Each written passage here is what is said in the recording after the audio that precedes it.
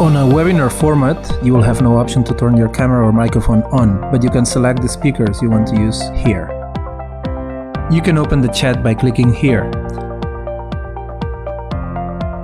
After clicking, you can select who do you want to send messages to, either only to panelists or to panelists and attendees.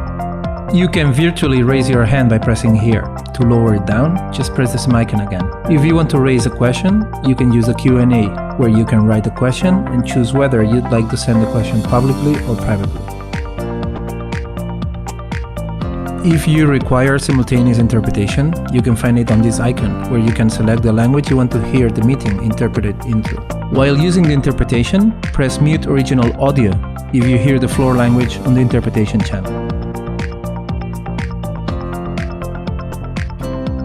When you join the webinar, you will be asked to rename yourself. Please do so according to the following guidelines: name plus country or institution. Next, you will be asked to provide your email. Click on Join Webinar. You will join the webinar as an attendee. You need to wait for the host to upgrade you to panelist. When the host does so, you will be sent out of Zoom and the program will automatically log in again, this time as a panelist. The main difference between attendee and panelist on a webinar is the fact that you will be able to control your microphone and camera. You can mute or unmute yourself. You can also select the microphone and speaker you want to use. Also, when using interpretation, make sure that if you take the floor, you are using the same language you have selected for interpretation. Otherwise, you would be speaking over the interpreter. If you wish to speak in a different language than the one of the interpretation you are using, please turn off interpretation before taking the floor.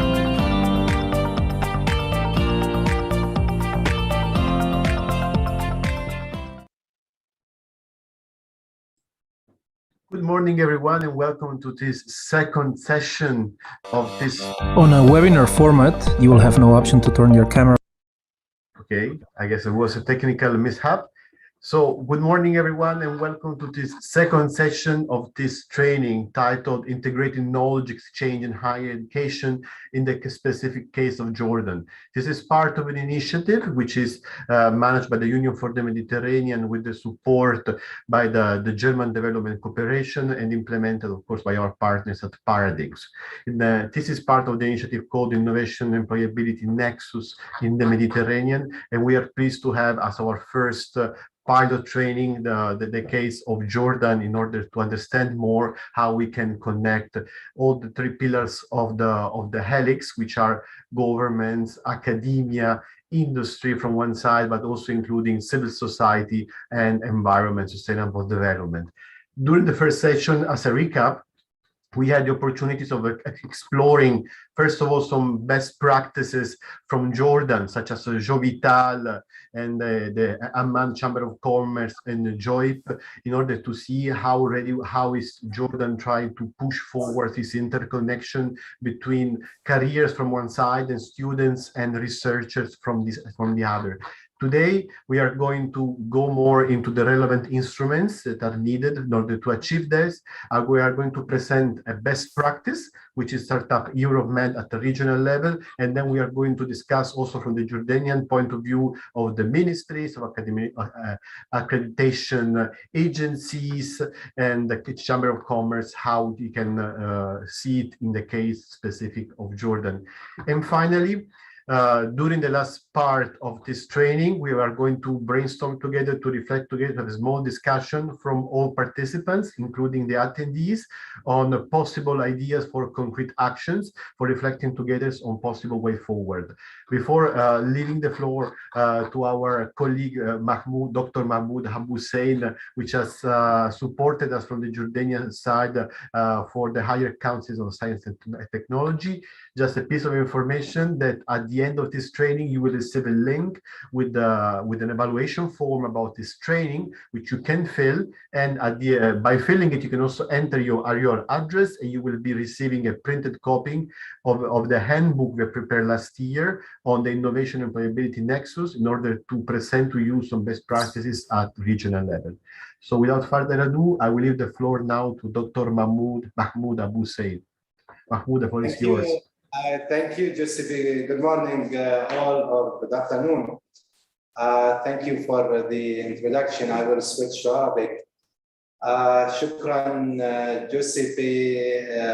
يوفم بيردمز GIZ لدعمكم المتواصل لدول الحوض المتوسط بشكل عام والأردن بشكل خاص بالبرنامج اليوم الهادف إن شاء الله، ومكمل لليوم الأول كان بتاريخ 27. نتحدث بالبرنامج عن النكسس أو الترابط ما بين الإبداع وعملية التوظيف، واخذنا بالكيس الاردن كبايلوت. بتوقع كان اليوم الاول غني بالمعلومات. تحدثنا فيه عن التريبل هيلكس، عن الترابط ما بين الاكاديميا، ما بين الحكومه وما بين البزنس. وتحدثنا، انت حكيت جوزيفي عن بعض الممارسات الجيدة بالأردن. اليوم راح نكمل المشوار باليوم الثاني. بترك الآن لنينا السيشن. نينا, the floor is yours. Thank you. Thank you, Dr. Mahmoud Abu Hussein. It's a great privilege to be here today. A big thanks again to UFM, to the GIZ, my former employer, and HCST. So let me just share my screen. Oh, needs to be enabled, I'm afraid. You should be now. Let me try. Yes, possible. Thank you.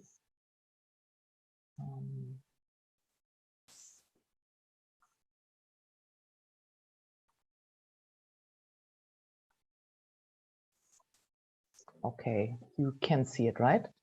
Giuseppe, can you just confirm? Yes, we can. So super. Okay, so let us just remind ourselves quickly of the triple helix that we looked at last time, the three spheres, of course, including the fourth and the fifth sphere as well, that need to collaborate in order to solve complex issues. Each of the sectors, including civil society, have a role to play. And I want us to keep that in mind throughout the presentation and actually throughout the whole session today. So let's start with the skills gap. So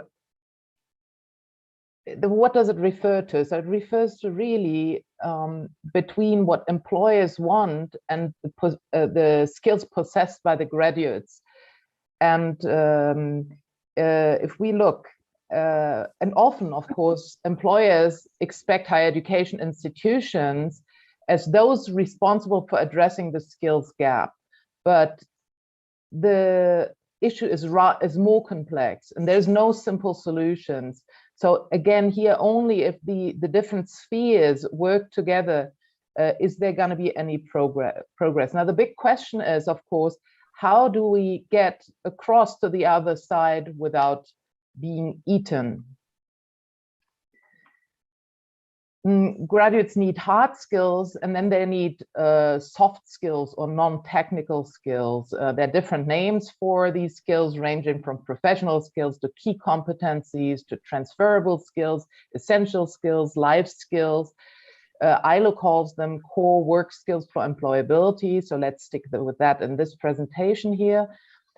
And I think we can all agree that in a context like in Jordan, where job creation, innovation, and entrepreneurship need to be achieved, these skills are important.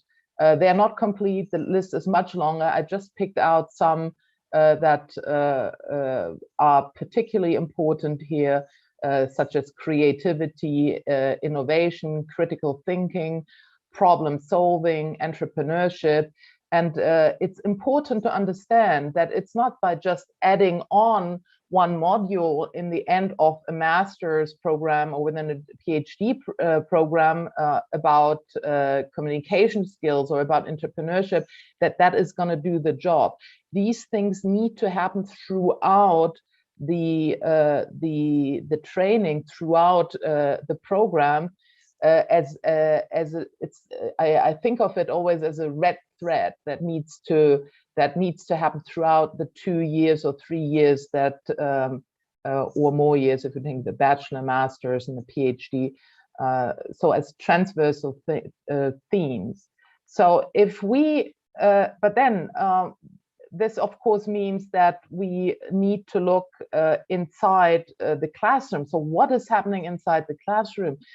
And but here we are faced with somewhat of a black box. So it's really hard to know what's going on inside.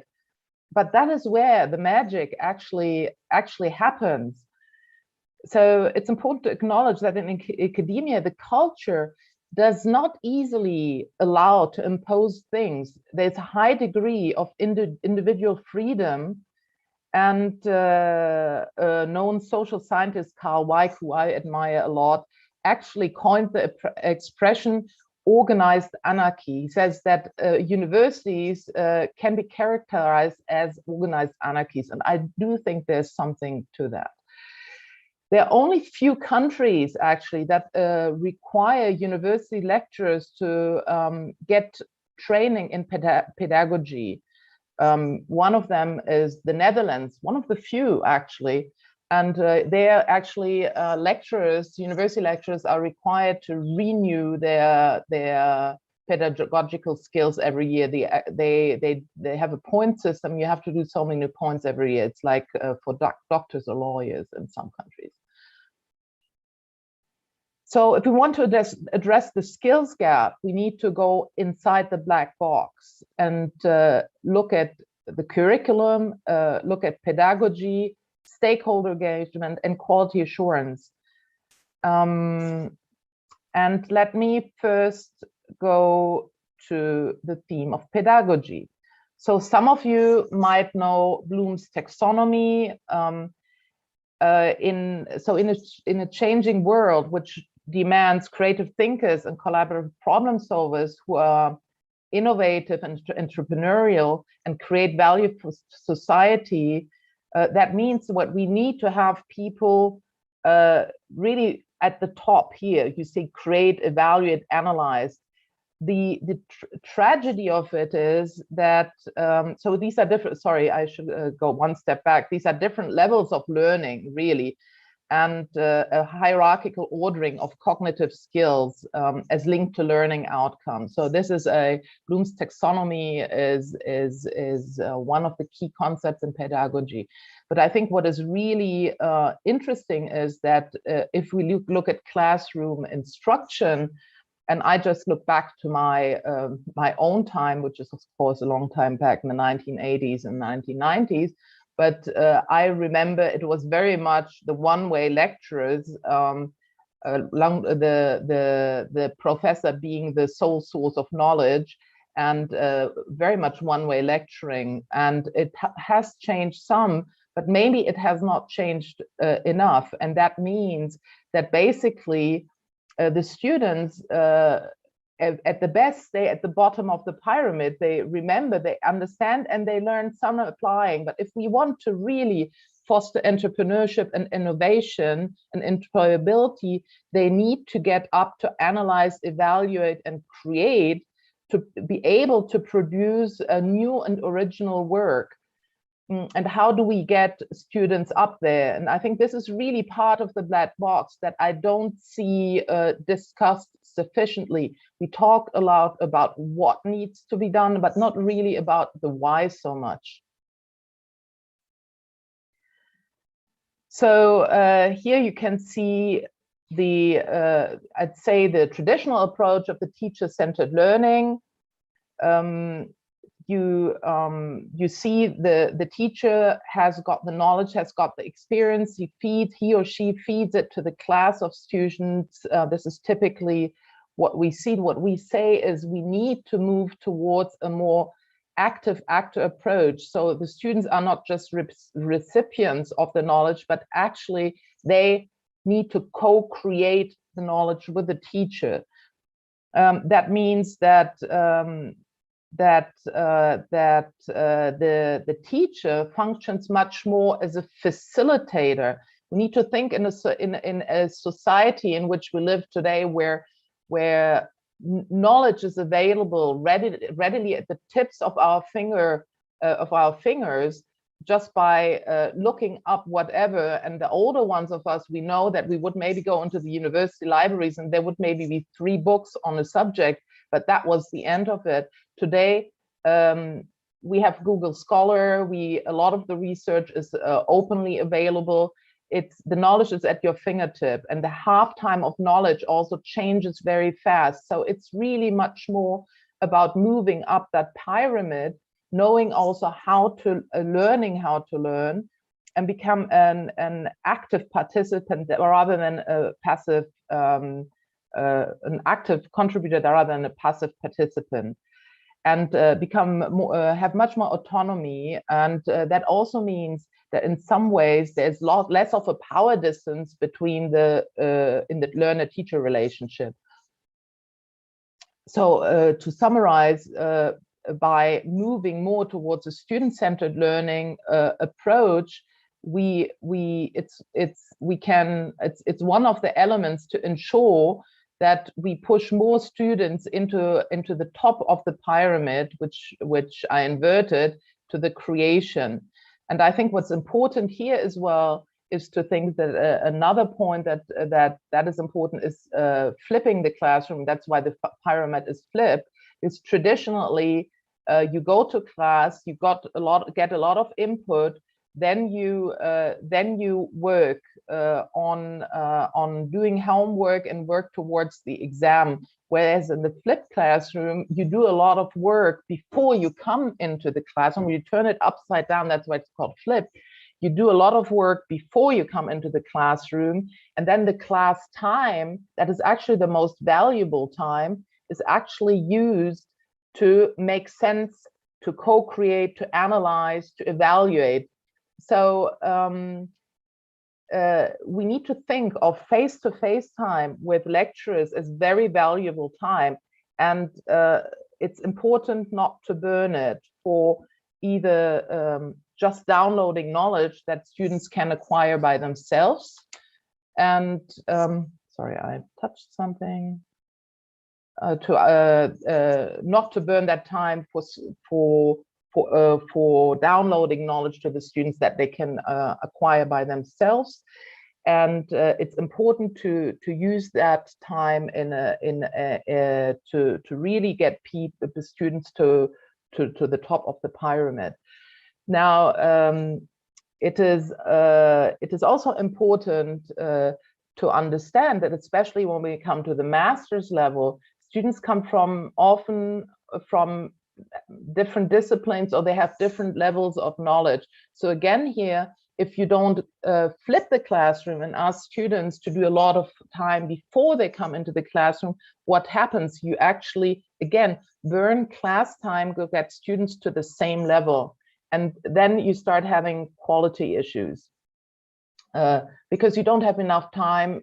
Instead of saying we bring students up to the same level before the face-to-face class, and then use the time in the class to make sense, analyze, evaluate, and create, you just use the time to download more knowledge to the students who are weaker or who bring less knowledge, and the others get bored. So we are also going here in the direction that also Commodore, it's more for individualized learning pathways, really. Okay, then let me come to ways of knowledge exchange in teaching and learning. So I think we all know about the guest lecturers. This is something I think it's becoming pretty much best practice. I think we also see in some countries actually more co-teaching. So between the university lecturer and the person from business coming in, or whole courses being taught by these people from industry. These are important things, and we see case teaching. So working on real cases, that is important, but also students doing their challenges, so consulting projects in teams. So you create real life situations where students go into companies or organizations as consultants. Another means of ensuring the knowledge transfer is field trips. So you have students visiting companies, spending time there, going as far as using the labs or using equipment in the organizations. Mentoring is another theme that often when you talk to industry, they're actually quite open to the idea of mentoring, but universities often still don't have that knowledge and the capacity, because it requires resources as well. We must not forget that, to operationalize that. But that is something that in terms of research shows immense value, the mentoring approach. And I think there's more of a blockage on the higher education side than on the industry side. Internships is something quite classical. I think where there can be improvement is not just random internship. You do an internship and I always joke, I say you do photocopies.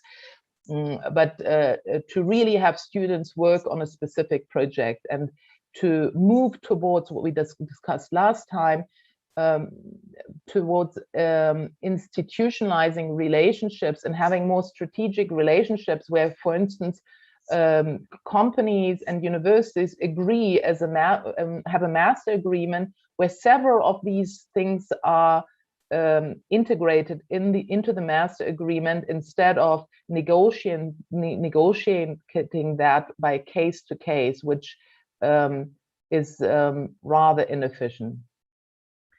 We have co-supervision of thesis. We see that in the Mediterranean region, we already have some industrial doctoral programs, for instance, where that happens. We also heard last time that in Jordan, we have a project here with the Amman Chamber of Commerce, where there is co-supervision and the companies propose thesis projects. Then we can't talk, of course, something that's become rather popular is student competitions. This can be either a company actually pitching a program to students, and this can be at different levels. This can be at a class level, at a university, inter-university, or even international, and where students work even in groups across universities or universities competing against each other. I think one great example of a student competition is actually the 2 years ago, the Solar Decathlon for renewable energy took place in the Middle East. That was a big student competition where universities were from the Middle East were competing against each other in terms of building a self-sustainable house. Then we have, of course, also lifelong learning, and this goes very much in the other direction, but really ensures, so lifelong, if we say that universities actually can propose mid-career programs to industry. So as the halftime of knowledge, we need to update our knowledge with a very fast changing new knowledge coming up. Developing programs either for industry sectors or across industries or even for specific organization is a way for the university actually bringing knowledge to the organization, but then learning from the managers, mid-career managers again, because that feeds back into their research. So I think these mid-career programs, whether they're custom programs or they're open programs, that's something that a lot of universities are active in, but I think we're going to see a lot more with updates happening. So the idea of going to university once when you're younger and never going back to university, we are losing that, of course. And then something not to be underestimated is the whole idea of advisory boards. So advisory boards can, of course, be at a university-wide level, but we see more and more that industry advisory boards are there actually for specific programs to ensure would say a master's in artificial intelligence, for instance, might then have its own advisory board with people from industry to ensure that the knowledge that's being taught in the curricula is relevant. Now, you see on the right, I've got the symbol quality assurance. Now, how can we ensure that all of this is not one-time initiative? How can we ensure that this is somehow institutionalized? How can we ensure that there is lateral spread across the university and across the university system of some best practices? And I think this is really here where often it's underestimated that this can enter the external quality assurance guidelines, or go as far as for the quality assurance body of the country to integrate that into the accreditation and re-accreditation of programs. So I think here again, it's really important to see how do the three sectors work together. And I think on the policy side, also another thing, so not just the quality assurance, but also offering incentives for universities to participate here. And I think these are really important tools. Then I wanted to quickly also look how to engage employers in a curriculum review, and I think that is always something, having done a lot of that because we must not forget, for university lecturers to talk to industry, especially if they're really hardcore researchers, is not something easy. So you need to start somewhere, and often involving employers in the curriculum development is a low risk undertaking. So what can you do? You can start out with a needs survey that goes to employers, but this will just tell you where to look deeper, but won't really tell you the why. So then it's really interesting to work with focus groups and interviews, although it's often funny. I think, at least personally, I've been in some situations where it was so shocking what you hear from industry that you sometimes are so far away from what you think should be covered in the curriculum. So often it takes some time to get over that shock. But once you have done that, I think it's really liberating, and it can bring it can be the beginning of a great relationship. So then the full participation actually in the curriculum review, so actually working with representatives from industry to look actually at the single syllabi, and then we already discussed the program advisory board. So these are some points when we focus on the teaching and learning side, where engagement with industry is quite easily achieved. What is clear, though, is that in many ways, and I'm saying you need these on both sides, you need what is called boundary spanners. You need people who actually mediate between the two sides, between the industry, the academia, and here and there policymakers come in as well. And traditionally, universities, we talk about ivory towers, but personally, I don't like that expression very much. I think we need to think that the universities in many cultures really originated from in the Islamic world, in the madrasa, and in the Christian world, in monasteries. So they had very high walls around them, but they also had very high walls around them because to be protected from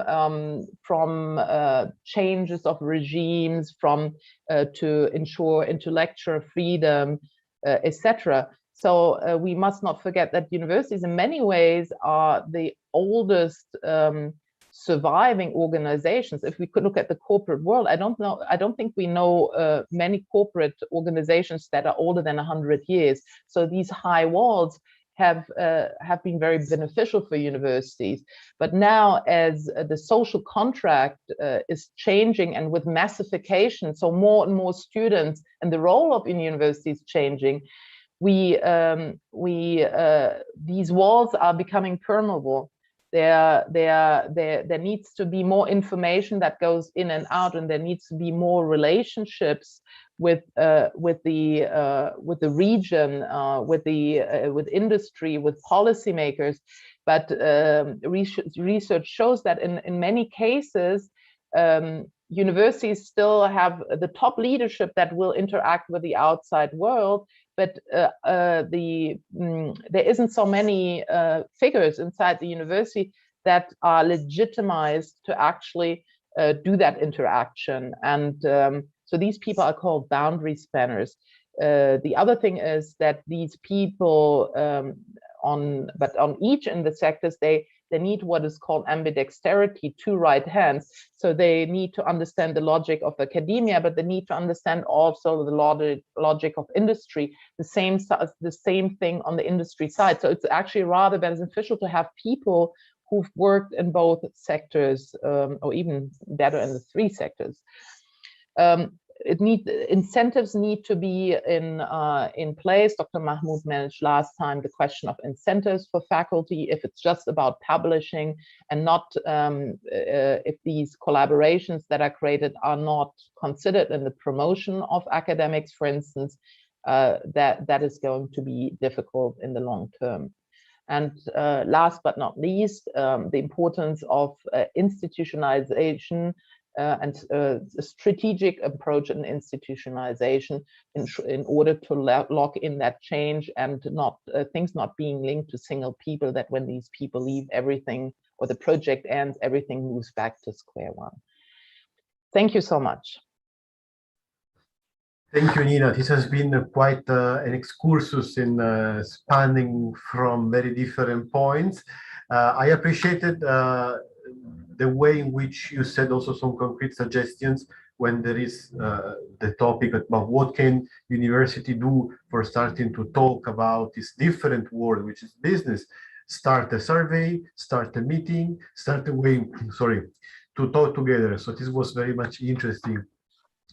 I would like now to, of course, I see that some people have been asking for your slides. They've been quite impactful, but also as a reminder for the participants that if you will fill in the survey, you will actually receive the whole handbook where you can find all the information which can be useful for you.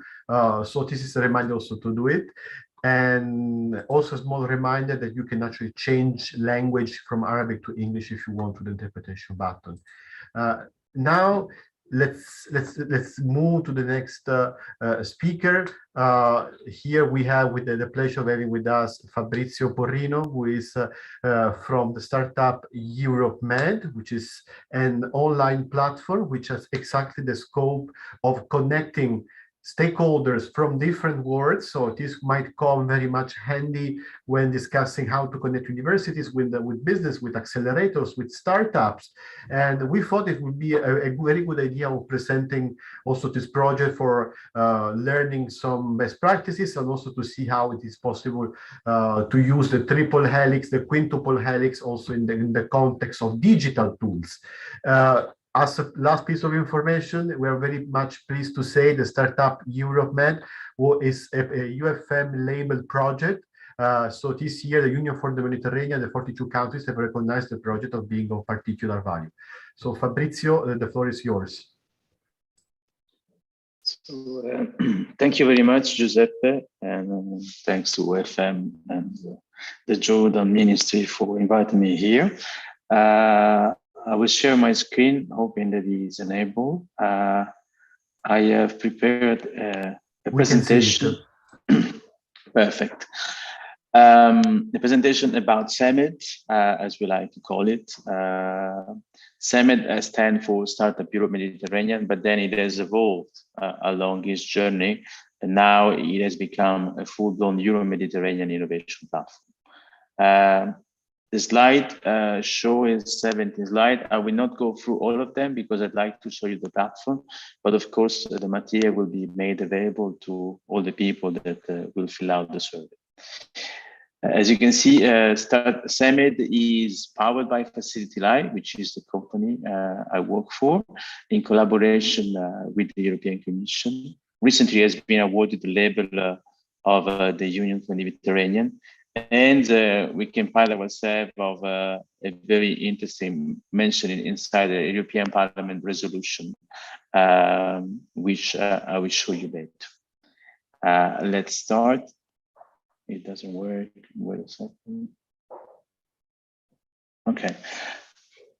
Basically, Samet was born out of some field observation. I've been working with startup innovation for many years now, and prior to this, I've been working in the Silicon Valley and in Silicon Valley, and for institutions like the European Commission and the European Parliament, always dealing with innovation and digital. And these are the most recurring questions that I've encountered along in my professional life. And they have evolved, and now we are able to really pinpoint, the actors behind all these questions and what are the needs they have, and what are the problems that need a solution. I will not go through all these questions because otherwise it will take too much time. On the basis of this field research, we have come up with the idea of a digital platform that connects innovation ecosystem and create opportunities for the entire ecosystem via a single point of access. The problem, as I was highlighted before, is that we have the triple helix or quintuple helix, or basically we have a crossroad of different players that sometimes have difficulties in really talking to each other, understanding each other. And Samet wants to try to fix this problem and provide a solution via a digital ecosystem. On Samet, you can find, share, grow, and ultimately give back. Find, because Samet is a search platform where ideally you can find all the information about innovation, searching across countries, sectors, verticals, and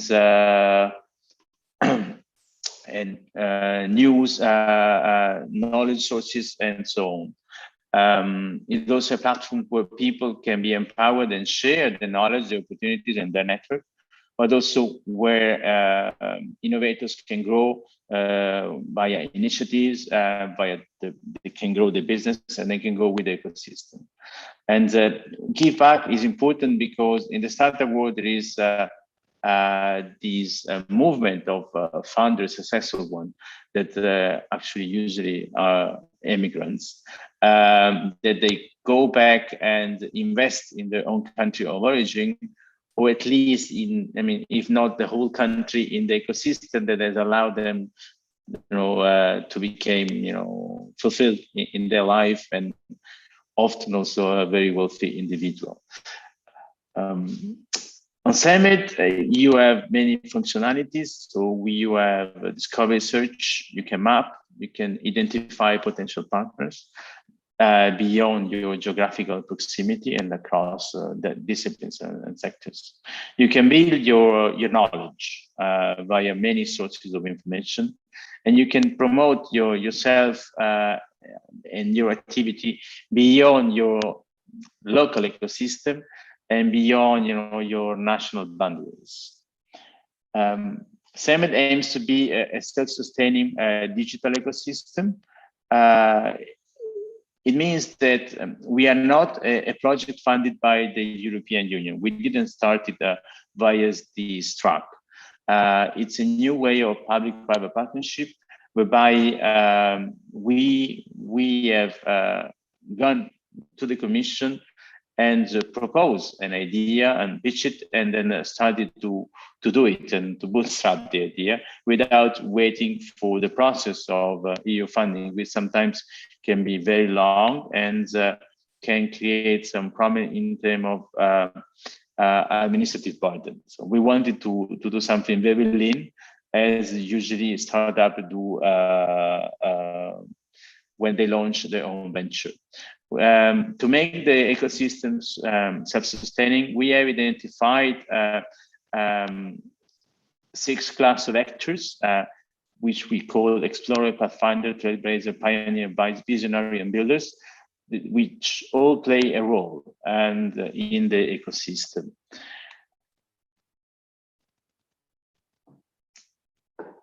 Basically, Summit is for free for everyone. Anyone can be a visitor, they can do search, they can use some of the functionalities. But then if you really want to be engaged, you can become an explorer or a pathfinder. And you can have access to new functionalities that allow you to basically build your business and support it and support initiatives and organize activities that are able to allow you to ultimately grow your idea. One of the latest things we have developed is a system for startup competition. We already have hosted a couple of them, organized by EU projects or even by a European program, EU funding program by the European Commission, BlueMed, which I think some of you are familiar with. And this has been very successful. And this is actually a need that is in the market. It is very difficult today for institutions like universities to organize startup competition digitally. There are a few tools. They are not very user-friendly, and they don't have all the functionality that you really need when you organize such an initiative. So we have designed a system to empower basically anyone. You can be an NGO or civil society or a group of individuals even, or corporates and university to organize their own startup competition via Summit. This is the difference that you can see in the platform when you join Summit, just to give you a sense of what you're going to find in the platform. Of course, the more you're engaged, the more you're willing to support the ecosystem, and the more you get from it. We also are designing ways to support the Summit via tools that are ideally designed for big corporates and for investors. So there will be a possibility to organize campaign and to sponsor a startup competition or even Summit itself. And this is under development. It still requires some work. And for this, I'm actually making a call. I mean, we would like to organize some session with a group from of selected individuals from Jordan, from universities or corporates or the corporate world, or even from the ministry, to assess the visibility of campaigns and sponsorship in order to make Summit self-sustainable. Why it is important? Because the fourth pillar of Summit is to give back. Summit needs to become self-sustainable. We don't want it to rely on public funding, because we know that projects that rely solely on public funding, at some point they die or they have less impact. We wanted to make it a self-sustaining living project that is able to nurture startups, local ecosystem, and ultimately the whole ecosystem of the Euro-Mediterranean region. As part of this design, we believe that we need to sustain some particular class of actors. And here I'm thinking about NGO and startup association, which usually they live off public grants and of the volunteering of people.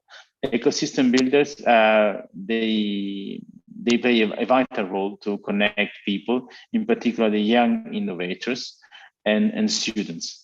And so part of the revenue that will be generated by a Summit will be shared with ecosystem builder in order to make sure that ecosystem builder, they can grow themselves, and by growing themselves, they can have Summit becoming bigger and the main point of reference for the whole region. As part of Summit, we aim to give back. Summit was born with this idea, and so the target area we have in mind are research, innovation, Green Deal, fighting poverty, initiative for the Mediterranean, and women inclusion. Because of this, the Union for the Mediterranean has awarded us their official label, and we are really thankful for that. And we also were very happy to see that it was a very fast process, I have to say. And in this sense, we also have made a kind of a contribution in order to raise the bar and make sure that the labeling is very timely for when it's needed. We also have received, of course, an acknowledgement and endorsement from the Commissioner for Innovation, Research, Culture, Education and Youth at the European Commission. She's also the patroness of Summit. And then we have the European Parliament that at the very early stage of Summit immediately identified Summit as a key action to stimulate cooperation on innovation, job creation and sustainable economic growth. We have a lot of partners already. Of course, we would welcome more. And so I'm really, hoping that after this presentation, many of you will decide to reach out to us and work with us in order to be part of the Summit ecosystem. And now I will show you a bit in practice. I think the sharing is paused. I don't know why. I will try again what I was talking about. So this is not a demo, this is live. So you can all want, if you all want, you can go and do the same search I'm going to do because this is Summit. As I was mentioning, Summit is a search platform. It is designed to provide the best user experience on the basis of our experience and on the basis of the need expressed by the actors that Summit is targeting. Content is organized according to the needs that we have identified and aim to give you the leanest way to access information that is useful for anyone that is doing innovation.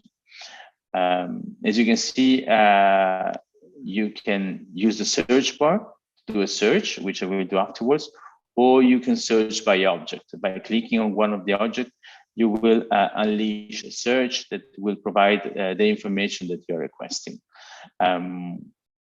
I will just scroll down rapidly to show you how information is organized by topic, by actors, by opportunities, and again, by actors that are in the spotlight, and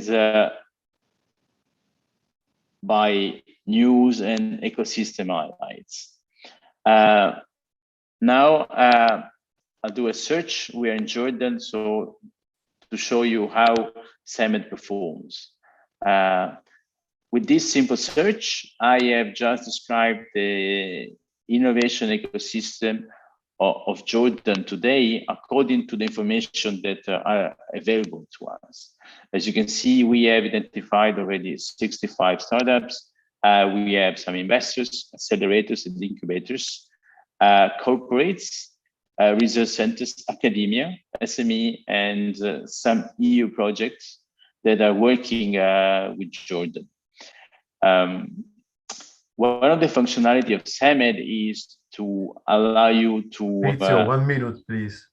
Yeah, to investigate information without the need to do to click on many websites and to do back and forth. So we have designed these hyperlinks that allow you to retrieve information without leaving the main page. And if you find it interesting, you can, save the information for later.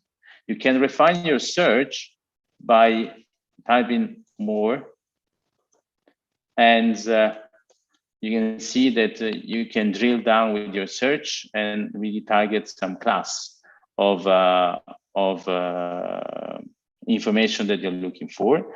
And you can access this information on the original website. if you want. I think my connection is rather slow. Okay, yes. Finally, given that I was given only 1 minute, I'll show you the current business opportunities.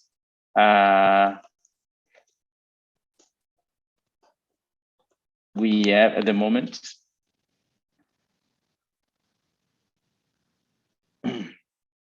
This is a board of people that have been posting, of semi-actors that have been posting the business opportunity that is basically a matching place for your ideas and for your initiative that allow you to find the people you want to talk to.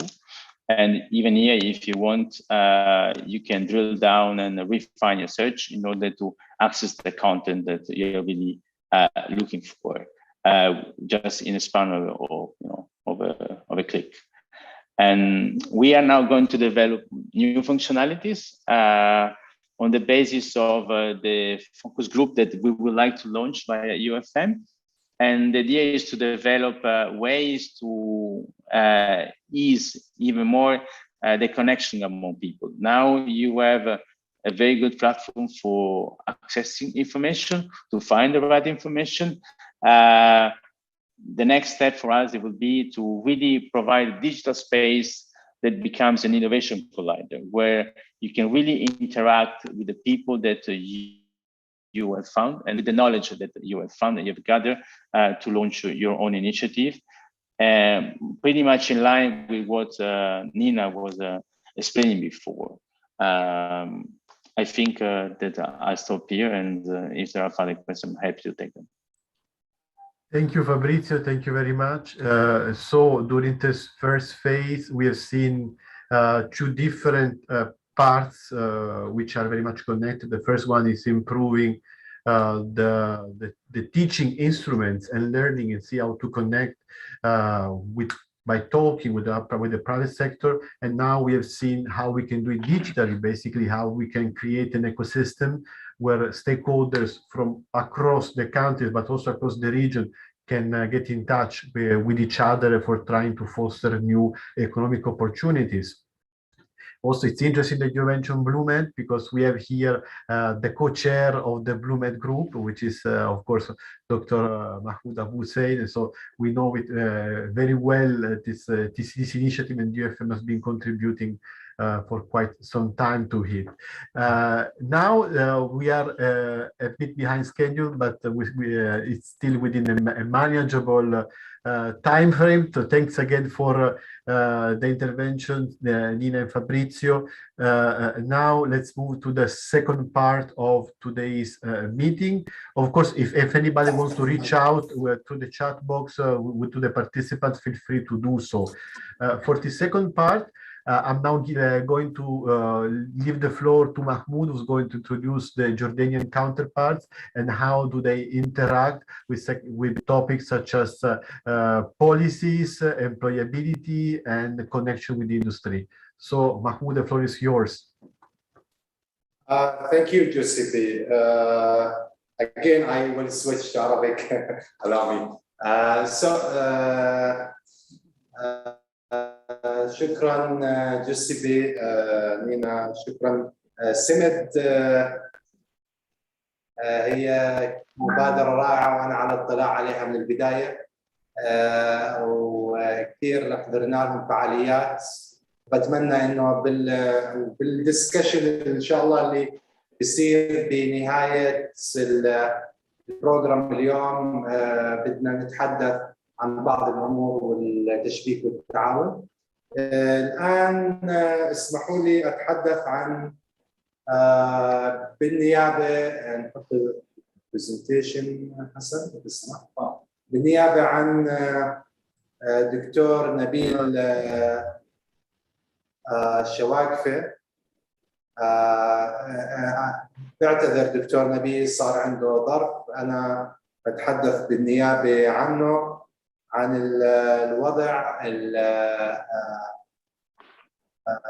الهاير اديوكيشن او التعليم العالي بالاردن، بالاضافه لموضوع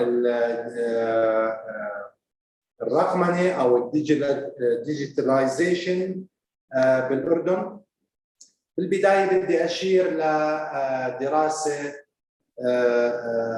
تم انتهاء منها من وقت قريب جدا، تتحدث عن واقع البحث العلمي في الأردن والتعليم العالي. الدراسة هدفت لتقييم واقع البحث العلمي في الأردن من حيث كفاءة الأنظمة، الإجراءات، الممارسات، مقدار الدعم والتحفيز اللي ممكن يكون مقدم للباحثين بالأردن وريادي الأعمال والمهتمين بالقطاع بشكل عام، وأثره بنفس الوقت على الاقتصاد الوطني بالأردن. كان في عدد، أنا علشان ما أطيل عليكم، كان في عدد من المخرجات أو نتائج للدراسة بشير لها بشكل سريع. من حيث التشريعات في الجامعات وعمادات البحث العلمي في دعم البحث، الجامعات تعمل كغيرها من المؤسسات سواء على المستوى الوطني أو على المستوى المنطقة أو الدولي ضمن منظومة من التشريعات والأنظمة من حيث الأمور الأكاديمية، الأمور البحثية، الأمور الإدارية. لكن للأسف ما كان بعد عمل مساحات من خلال الدراسة، ما كان أو لم يكن هناك رضا كافي من الباحثين عن دور التشريعات في الجامعات وعمادات البحث العلمي في عملية دعم البحث العلمي بشكل عام. لكن كان في رضا بنسبة بسيطة عن التعليمات اللي مطبقة بالجامعات اللي بتدعم الأنشطة البحثية، لكن بحاجة إلى تعديل وإلى دراسة وإلى تشريعات ناظمة بشكل أكبر وتحول أحدث من حيث الأمور اللي اليوم نعانيها بالأردن وبشكل عام بالمنطقة. وجدنا إنه 65 تقريبا بالمية من مجمل الباحثين بيعتقدوا إنه الجامعة بتعمل على تطوير الأنظمة والتعليمات بشكل إيجابي، لكن هي بحاجة إلى قرارات أوسع وبحاجة إلى إنهم يكونوا متخذين قرار متعاونين بشكل أكبر. من ناحية ثانية في مجال بناء القدرات للباحثين، وجدنا أنه 79% من الباحثين بيطالبوا بتعيين أكبر أو توظيف أكبر للباحثين في الجامعات تحت مفهوم البحث بحيث يكونوا مفرغين. احنا نعرف في فراسكاتي مانيوال انه بيقسم البحث العلمي الى 3 اجزاء. الاكاديمي دوره كمحاضر 30%، 30% او ثلث لانه يكون باحث، والثلث الاخير هو انه يكون متوفر لخدمه المجتمع. لكن الحمل العالي على باحثينا بالاردن هو ما بوجود الوقت الكافي لعمليه البحث، لكن بيكون اغلب الوقت بيكون هو بالمحاضرات فقط. لذلك المطالبه الاكبر تقريبا 79% من الباحثين طالبوا انه يكون في باحثين معينين بالجامعات او وظيفتهم هي فقط البحث. من حيث التشبيك والتعاون الدولي، الاستفاده من التمويل الخارجي، من التمويل الداخلي، نوجد انه اكيد حضور المؤتمرات، حضور الفعاليات التشاركيه بالابحاث والمشاريع المدعومه هي متطلب للباحث الاردني، متطلب لرياد الاعمال بالاردن، للتطور من ناحيه العمل المشترك، من ناحيه نقل التكنولوجيا، من ناحيه توسيع افاق البحث والخروج بمخرجات اكبر سواء كانت على مستوى الخدمه او المنتج. نبحث اليوم انه يكون في تكنولوجيات عاليه بجميع القطاعات لذلك عملية التشبيك هي نوجد أنه مهمة. طبعا البحث العلمي هو اليوم بيمثل تقريبا، أو الإنفاق على البحث العلمي بالأردن هو بيمثل 0.7%. يعني احنا ما وصلنا بالأردن ل 1% من الإنفاق على البحث العلمي من الجي دي بي، لكن نأمل انه بالسنوات القادمه نوصل ل 1%، ويكون في تعاون اكبر من القطاع الصناعي بدعم البحث والتطوير والتشاركيه مع القطاع الاكاديمي. ننتقل الان الى الديجيتاليزيشن او الرقمنه بالاردن.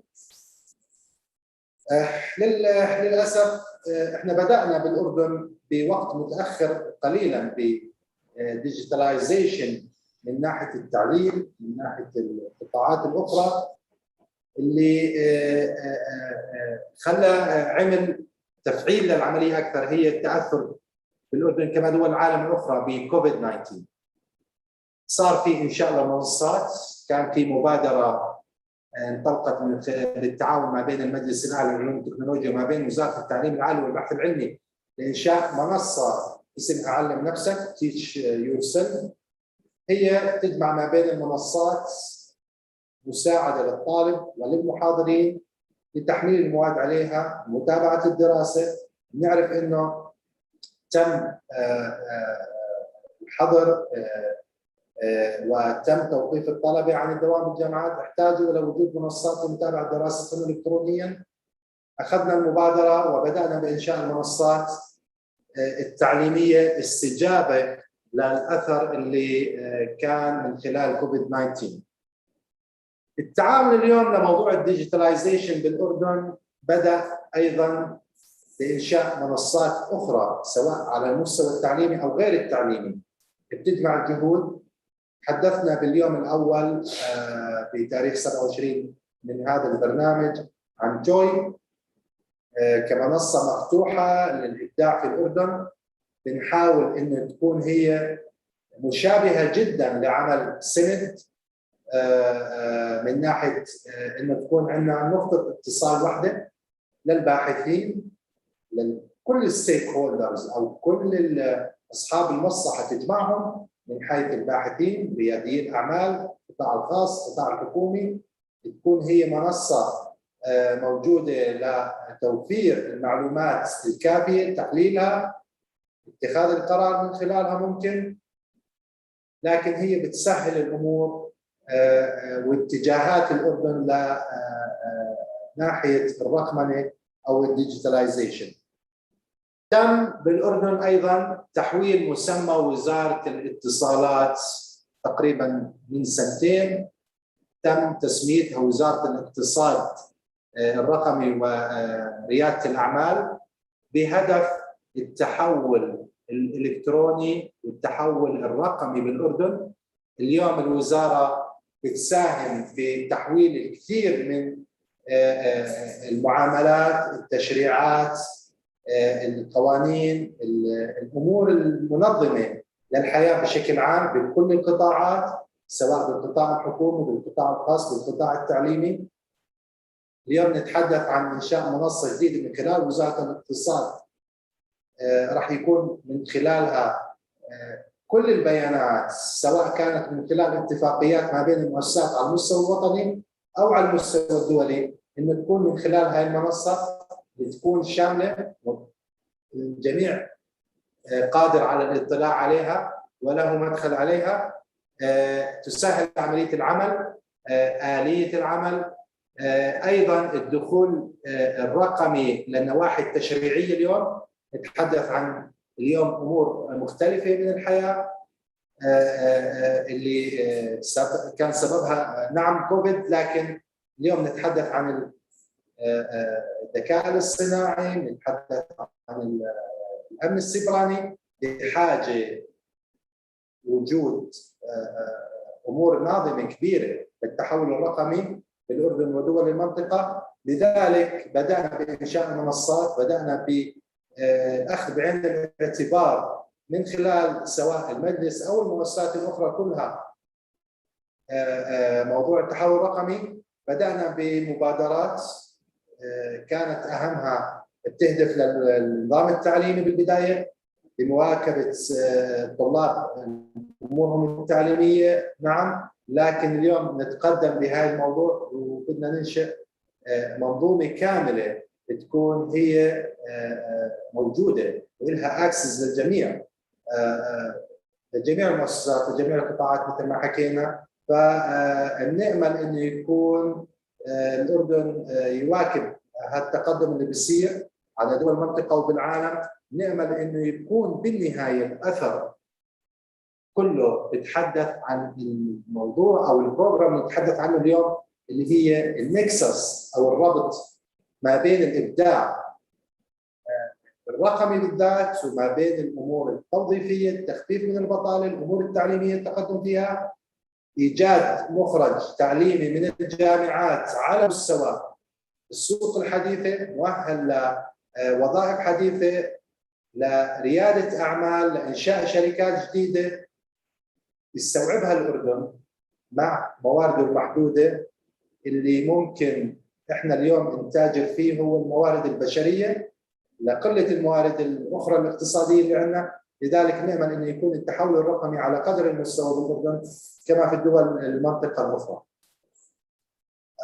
شكرا لكم. هذا كان يعني بالنيابه عن الدكتور نبيل شواكفه اللي هو احد اعضاء اللجان التعليميه بوزاره التعليم العالي، اللي كان مطلع على تجربه الاردن بشكل عام ومطلع على تجاربنا ومبادراتنا وواقعنا الان بالاردن. جوزيفي الان راح اترك، اذا بتسمح لي، اذا ما في اي تعقيب من خلالك او من خلال المشاركين، راح اترك المايك لزميلتنا الدكتور امال طراونه من من مؤسسه وهيئه اعتماد مؤسسات التعليم العالي والجوده. راح تتحدث لنا اليوم عن بعض النقاط بنفس الكور اللي بنتحدث عنه اليوم. شكرا لكم جميعا.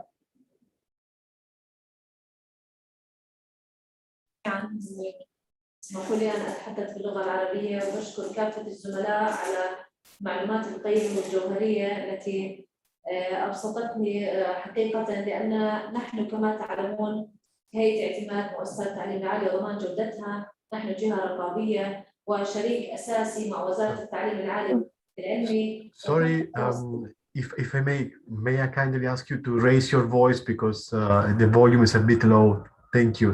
So the interpreters can help us. كان ممكن نرفع الصوت أمال بس شوي عشان الترجمة. There is a bit of echo.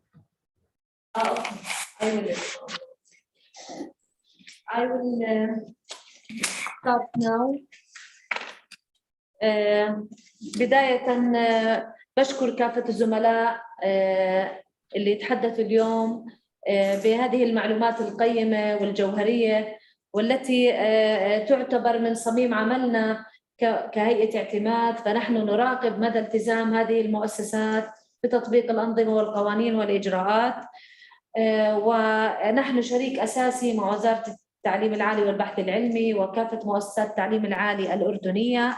فنحن جهة رقابية ونحن أيضا شريك، ونتعاون معهم في تطبيق مثل هذه الإجراءات والمعايير لتحقيق التنافسية طبعا وتحقيق جودة التعليم ومخرجات التعلم، وحقيقة نهتم بأن تكون مرتبطة بحاجات سوق العمل.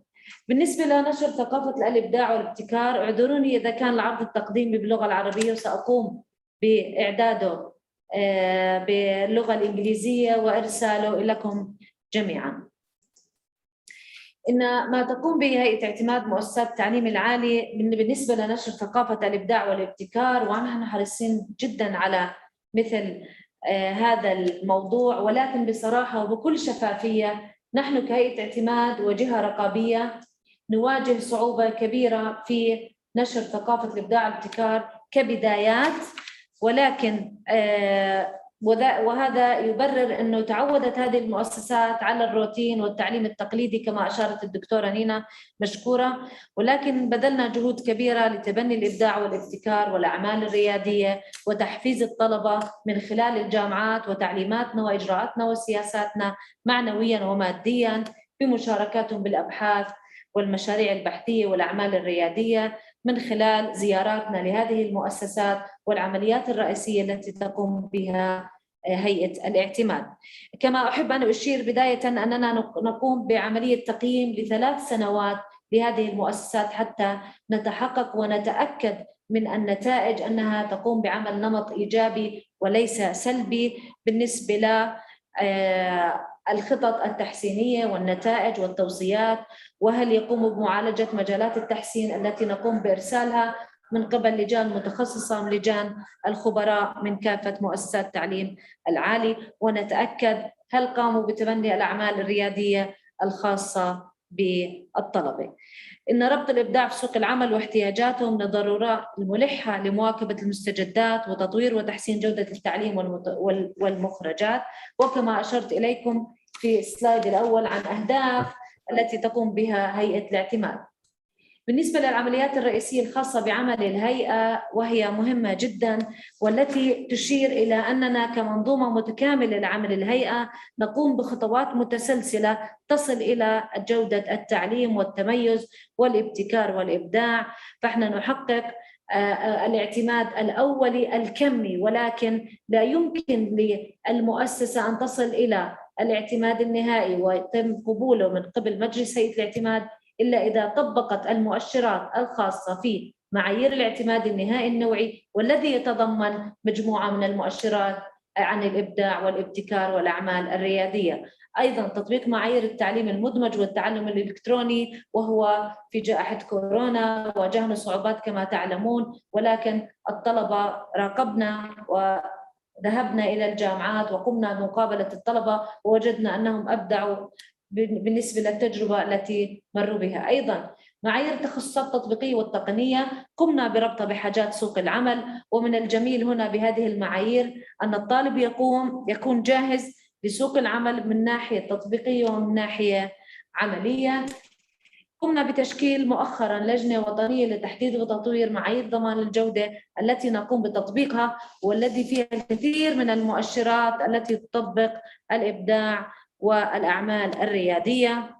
فإعداد طالب مبدع هو هدف الهيئة، وتراقب الجامعات على مدى التزامها لتطبيق مثل هذه المؤشرات. وأيضاً سأعود إلى موضوع الحوافز الذي أشار إلى الزملاء. نعم، نحن كهيئة اعتماد أي جامعة تقوم بتبني الأعمال الريادية للطلبة ومشاركتهم في المشاريع نقوم بعمل حوافز مثلا رفع الطاقة الاستيعابية العامة لنسبة 30%، بالإضافة للمسموح لديهم. اعذروني أنا يمكن لما أطلع الكاميرا أقوم بمتابعة العرض على الكاميرا الرئيسية.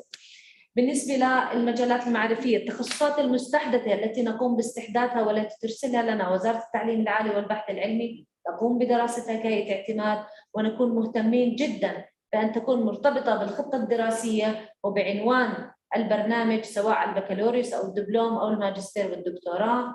نربط هذا المسمى بالخطة الدراسية، والخطة الدراسية تتضمن ساعات تدريبية كافية فيها مخرجات جيدة تحقق الإبداع، تطور الطالب وتحسن جودة التعليم. وأيضا مجبرة يعني الجامعة أن تحقق المجالات المعرفية بالتخصص وتكون موائمة للخطط الدراسية التي تقدمها. لدينا أيضاً كهيئة اعتماد امتحان الكفاءة الجامعية الذي يقيم مخرجات مؤسسات التعليم العالي على برنامج البكالوريوس، حيث نقدم المستوى الدقيق والمتوسط والمستوى العام. ندرس هذه النتائج ونقوم بإرسال التقارير بشكل سري لكل جامعة على حدة حتى نتابعها سنوياً على ما تصل إليه من تطور وتحسين.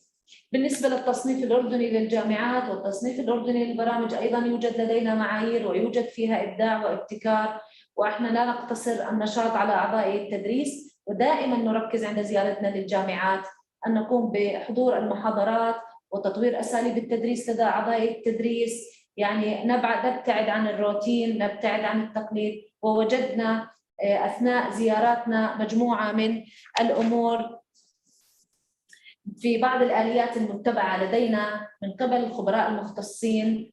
نذهب نقوم زيارات ميدانية بعد إعداد المقابلات مع الطلبة والستيك هولدر، أصحاب العلاقة، أرباب العمل وشركات التدريب، مجالس الحاكمية، المجتمع المحلي، يعني نعتبرهم شركاء رئيسيين وأصحاب علاقة. عندما نقوم بعقد مقابلات مع الطلبة نسألهم عن التحديات والصعوبات التي تواجههم وما هي الأمور الإبداعية التي تبنتها هذه الجامعة. أرباب العمل من أهم المقابلات وشركات التدريب.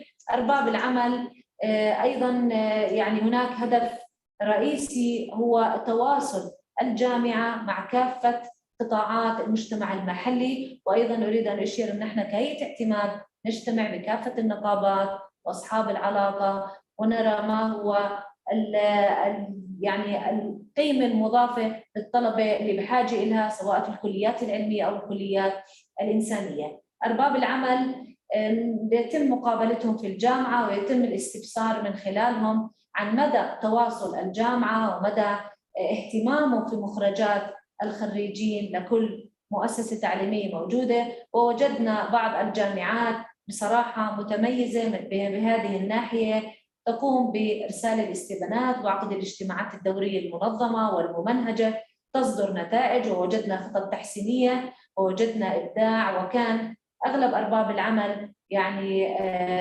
يعني معجبين بمخرجات هؤلاء الخريجين ومستوى أدائهم، ونحن نتابع أيضاً سنوياً بالجامعات التي تتقدم للحصول على شهادة ضمان الجودة. بالنسبة لشركات التدريب، يعني في بعض الجامعات ولا أقول جميعها يثلج صدرنا نحن كهيئة اعتماد عندما يتحدث شركات التدريب الكبرى على أن بعض الطلبة الذين يتدربون عندهم أثناء ساعات التدريب الميداني وقبل التخرج أنهم يتبنوهم ويقوموا بتوظيفهم بعد تخرجهم، يعني بعد تقديم الإبداعات والابتكارات والأعمال الريادية. وهذا ما يعني يسعدنا بالنسبة لأبنائنا الطلبة في الجامعات.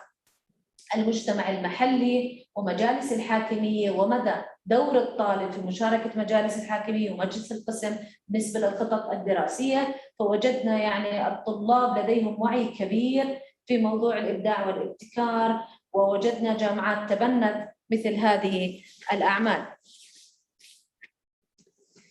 بالنسبة للممارسات الفضلى، ونحن كنولج ترانسفير كهيئة اعتماد عندما نزور جامعة من الجامعات ونجد شيء أو قصص نجاح لديهم نقوم بنقلها من خلال مدراء ضمان الجودة ومن خلال زياراتنا للجامعات أن تتبنى هذه الإبداعات وتعميمها على كافة مؤسسات التعليم العالي. أيضاً يوجد لدينا مراكز إبداع وابتكار في الجامعات، وهذا شيء يعني كنا نذهب ونشوف ونرى ونقابل الأشخاص المعنيين في مراكز الإبداع والابتكار، وسنتبناها عندما قمنا بتشكيل اللجنة الوطنية لتطوير معايير ضمان الجودة وتضمينها في ACPE AACSP ومعايير الإيبت حتى نصل إلى جودة تحسين مخرجات التعلم في الأردن. فمراكز الإبداع والابتكار كانت فكرة يعني تحتاج إلى مصدر مادي وموارد بشرية، ووجدنا أنها حديثة العهد ولكن نتعاون معهم في كل السبل.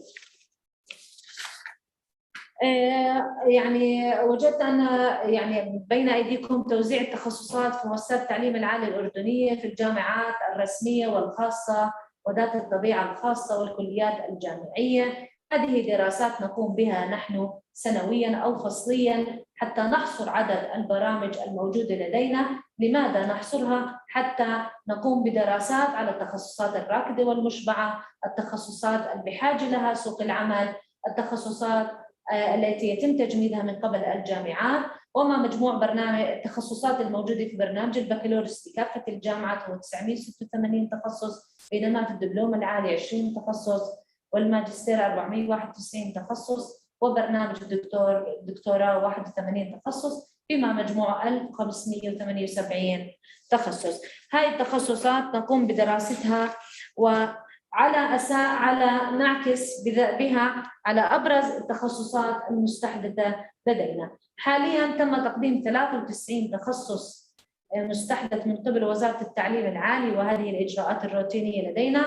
تقوم وزارة التعليم العالي بإرسال هذه التخصصات لدينا، تقوم بدراستها. هل الخطط الدراسية موائمة؟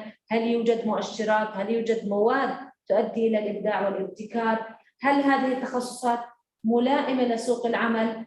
فلا يتم الموافقة على كافة التخصصات، بل وبكل شفافية يتم تشكيل لجنة بهيئة الاعتماد من الخبراء المختصين ومن زملائي حتى يتم دراستها ويتم دراسة الجدوى الاقتصادية ومخرجات هذه التخصصات حتى نؤهل طلابنا إلى سوق العمل. وهذا مثال بعض الأمثلة من التخصصات.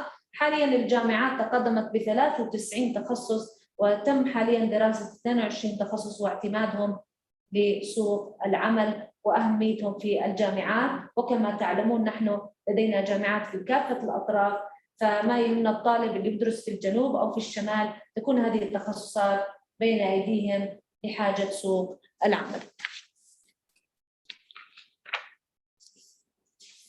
أما أبرز التخصصات المطلوبة في سوق العمل، وأحب أن أشير أن نحن نتعاون دائما مع ديوان الخدمة المدنية الذي يقوم بتوظيف كافة العاملين.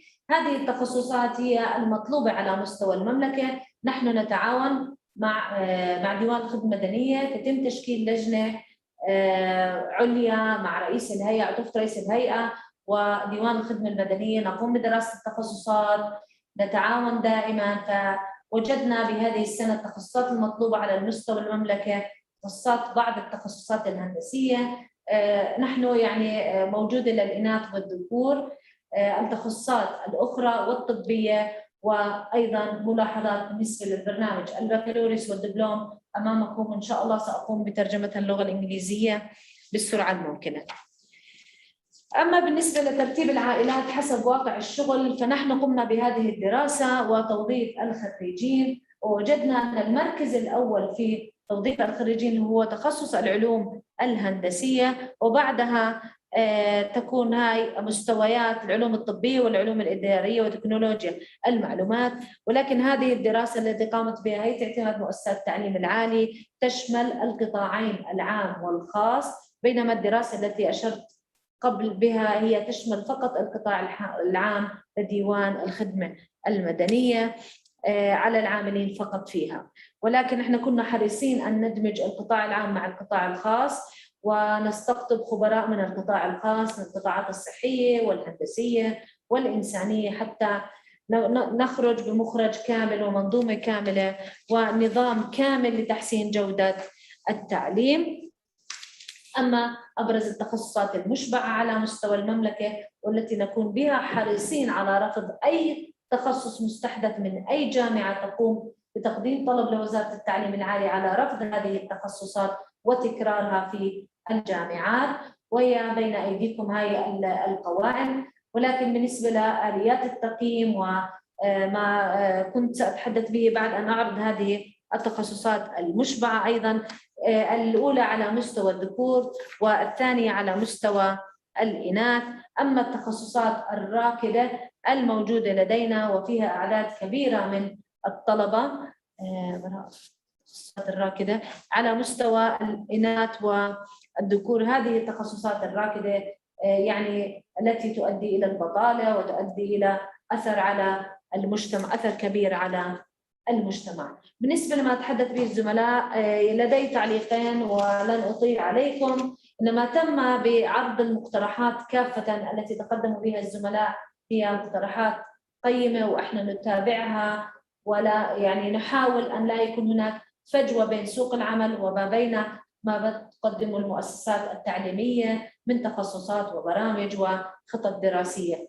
يعني دائما نواكب المستجدات، نقوم بعمل مقارنات مرجعية مع التجارب العالمية، ونحاول جاهدين على توظيف الإبداع والابتكار في مؤسسات التعليم العالي وربطها بحاجات سوق العمل. تقريبا نقوم بدراسات سنوية ونرى الإيجابية في الجامعات، ونقوم بعقد اجتماعات مع رؤساء الجامعات وعمداء الكليات ورؤساء الأقسام بشكل مستمر، ونذهب لزيارتهم ونحفزهم، لأنه التحفيز كما أشار الدكتور أنه هو من أهم العوامل التي تساعد على رفع مستوى التعليم ورفع مستوى كفاءة الطلبة وتدريبهم والأخذ ملاحظاتهم بشكل جدي. شاكرة حسن استماعكم، وأي استفسارات أنا جاهزة للإجابة عليها.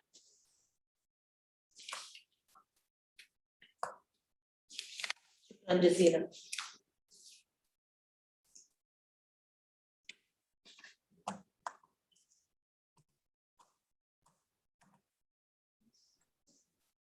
Mahmoud, you are muted.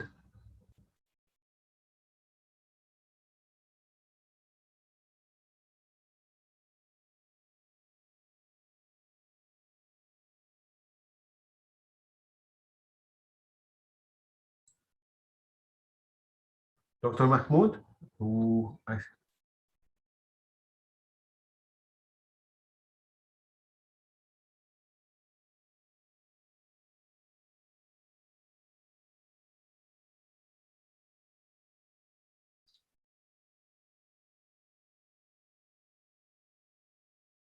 We cannot hear you. Yes, Yusuf, I'm Okay. sorry. Perfect. Okay, yes. Thank you. شكرا آمال على البرزنتيشن القيم والمعلومات الوافية من خلال مؤسسة الاعتماد وضمان جودة للتعليم العالي. يعني احنا كنا البرزنتيشن تقريبا نتكلم بصلب الموضوع اللي احنا نبحث فيه ببرنامجنا الحالي. ما بعرف جوزيفي إذا ممكن نفتح المجال لدقيقتين أو 3 دقائق إذا أحد من المستمعين عنده أسئلة أو مناقشة أو بحب عنده أي استفسار من آمال أو من أي برزنتيشن تم تقديمه من خلال السبيكرز بالأردن.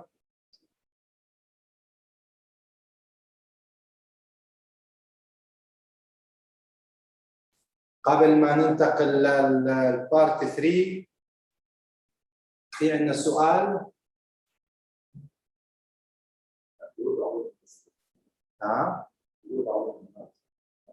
اوكي.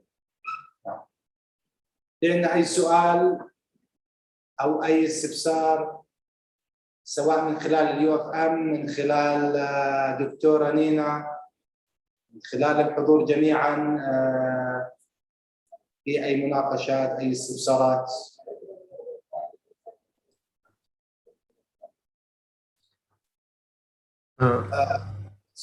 I feel that we will also have the opportunity during the moment on ideas on concrete action to perhaps ask the speakers if they had some ideas and some comments to make, for instance, as part of the 3rd session, as a suggestion.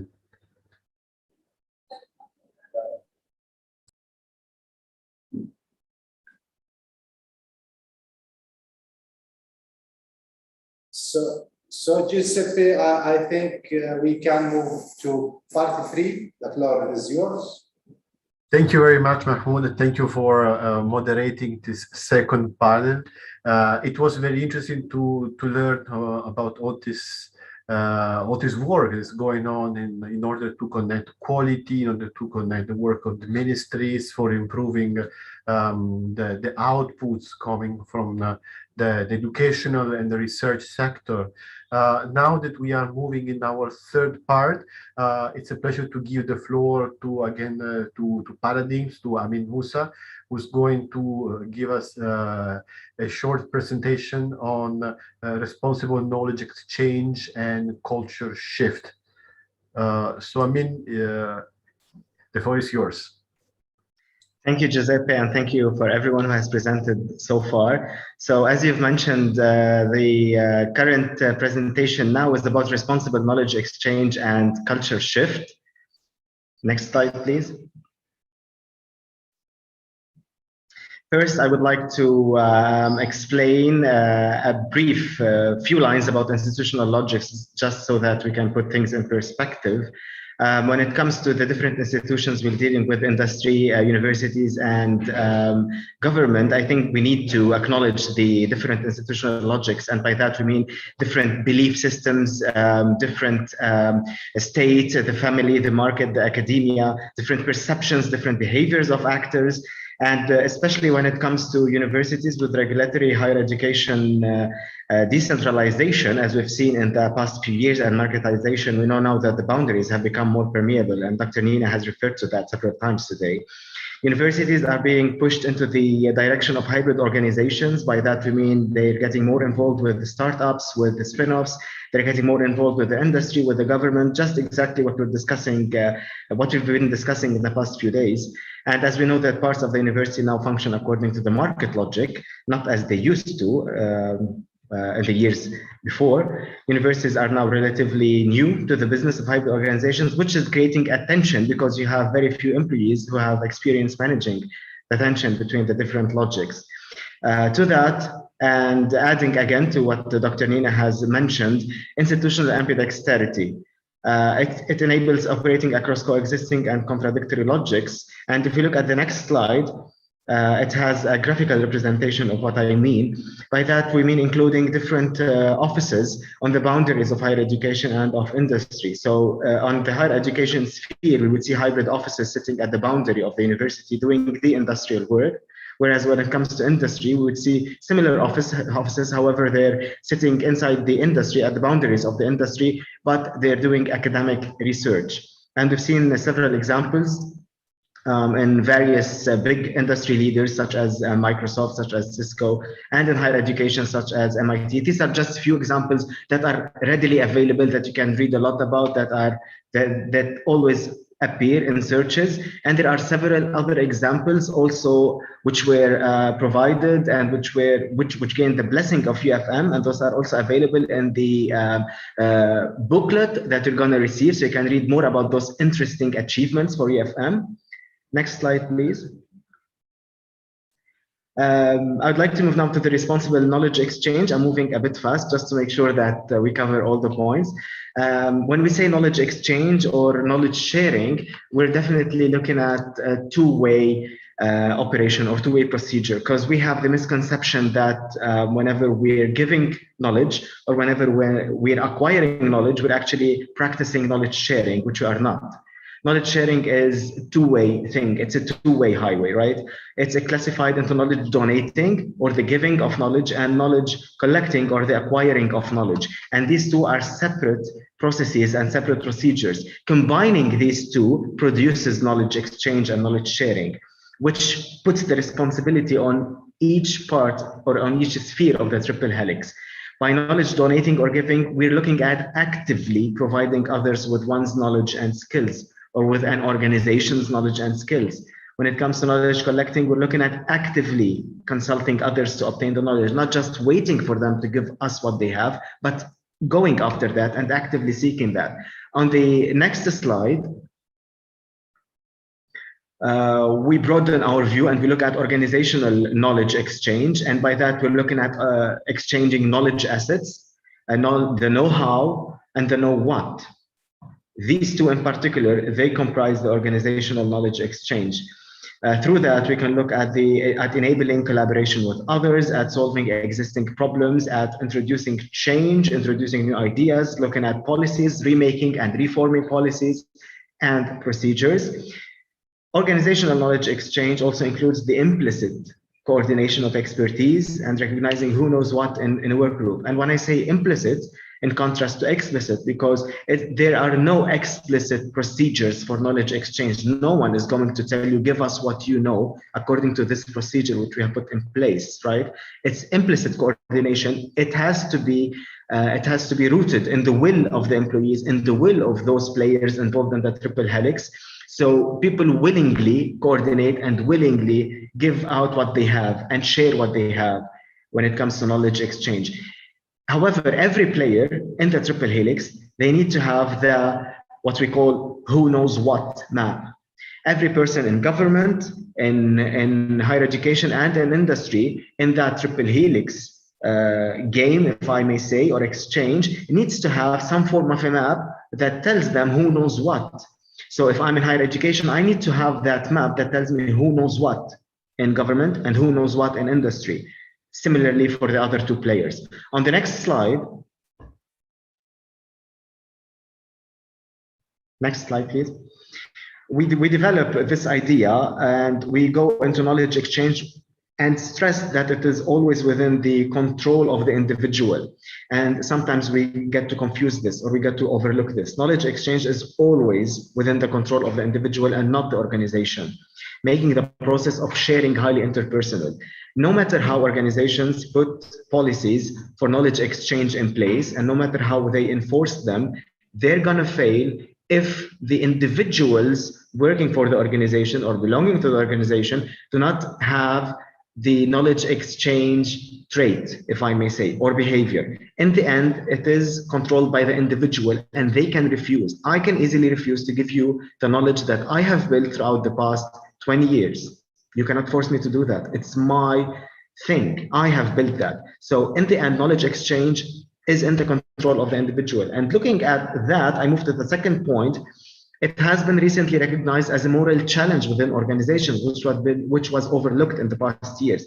It is showing to be a moral challenge. Employees' refusal to adopt knowledge exchange as a standard behavior in their day-to-day work may actually violate your organization's moral norm and even jeopardize its survival. Next slide. Every player has plenty to donate to and collect from the other two players. Let's keep that in mind. There is no player in the triple helix which knows more than the others. There is no player that can say, I dominate the helix. No player can claim ownership of or dominance of over the knowledge exchange process. So you can actually claim ownership of the knowledge itself, which you have generated, but you cannot claim ownership of the knowledge exchange process. You cannot dominate and you cannot dictate how the knowledge exchange process needs to happen. All three players need to be equally involved in the knowledge exchange process. And here we can ask a question, who's the knowledge exchange process representative at your organization? Perhaps we need to hire or allocate these people who are responsible for the knowledge exchange process. This one-man go-to office to ask about how the knowledge exchange process is going. And that person, man/woman, and that person would have the who knows what map. On the next slide, we look at, next slide, please. On the next slide, on this slide, we look at leading this knowledge exchange process ethically. Now, speaking and describing how morally challenging the knowledge exchange process is, we definitely deduced that it is an ethical challenge as well. So acknowledging that each player is a major power in the triple helix would actually take us halfway through. We know that for long, players have been self-sufficient, haven't they? And this is why we're doing this training today. Had they not been self-sufficient, they would have worked together since ever, right? But since they claim that they are self-sufficient, especially universities and... Okay, I have the translation over my voice now. Okay, so just 1 second. Okay. I just turned off the interpretation.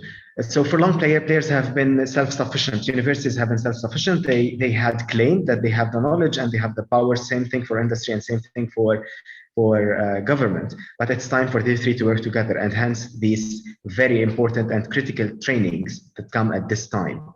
Power imbalance results in a tendency to first dominate the conversation if we do not acknowledge that other players have power as well.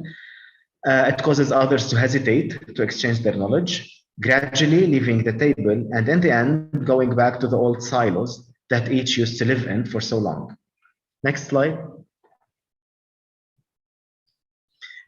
This intensification of the knowledge exchange process, in fact, and in the triple helix in particular, is actually new to all players. Hence, everyone is in the learning phase. No one has the right to know or to say that they know the right way to do it. We're all in the learning phase. There is no single right way to do it. However, the only constant is preserving the ethics of sharing. Keep in mind, ethics of sharing and knowledge sharing is actually moral, ethical and moral. It's not just something that happens systematically. Ethics are there and morals are there when it comes to knowledge sharing. Next slide. Speaking of responsible knowledge exchange, I would like to cover in this slide how each player in the triple helix views themselves. And this is from research. When it comes to higher education leadership, higher education universities, they view themselves as highly academic, as highly individualistic, which we all know, as highly autonomous, research-centered or oriented. They claim that we do the research, hence we know better than the rest. And more or less, they are limited to working in the HE silo. If we move to industry, industry is market-driven. It is customer-centered. It's all about the customer in the end. It is profit-focused.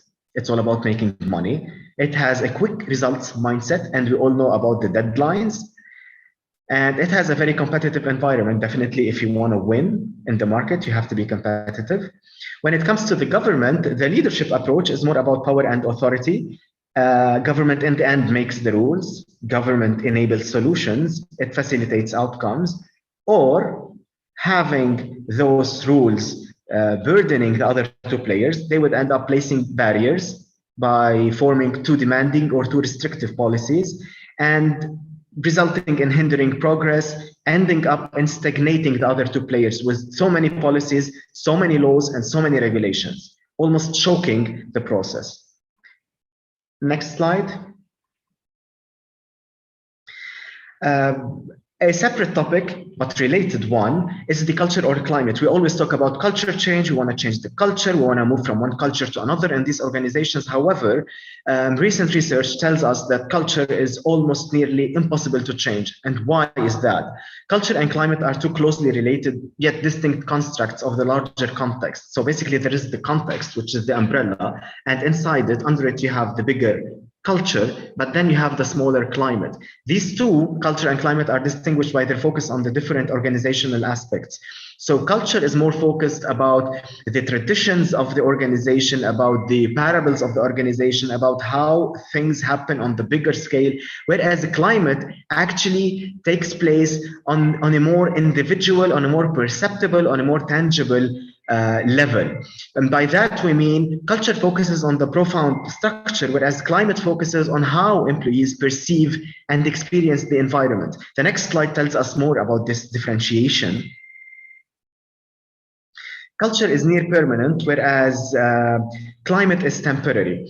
Climate has more to do with what you see when you go inside an organization. When you actually walk inside an organization, you don't see the culture, you see the climate. You see how people behave, you see how people respond to new rules, to new policies, to new regulations. You see how people accept and welcome new knowledge. You see how people resist change. That is the climate. That is the thing that you really want to work on changing, but not the culture. Remember that when it comes to changing things, organizational change, let's focus on the short-term change. Forget the long-term, that's nearly impossible. Again, changing the culture is a long-term and high-risk process. Remember, how long will it take you to change the culture of your own country? Let's say, for example, Jordan, which is a very, very rich country when it comes to culture, right? How long will it take you to change the Jordanian culture? I would say forever. But how long will it take you to change the climate inside the country, the temporary mood in the country? That is easy. Consider pre-election periods. In every country, when there is political pre-elections, the mood changes, right? You have ads, you have TV ads, you have political shows, you have every single individual, every single citizen of the country talking politics, referring to their preferred candidate. They want to elect that person, they want to elect that person. Those have a better agenda. So I'm just telling you that you can actually change the temporary mood or the climate by changing or tweaking some of the variables taking place in that country during that time. Whereas changing the culture is really nearly impossible. It's a difficult task, hard task to do. The next slide. My last slide, I would ask the big so what question. So again, why do these things need to happen? We need to have answers, not just these things need to happen, but the bigger question is the why. Why do these things need to happen? And if they happen, so what? So what if they do? What change do they introduce? What change do they incorporate?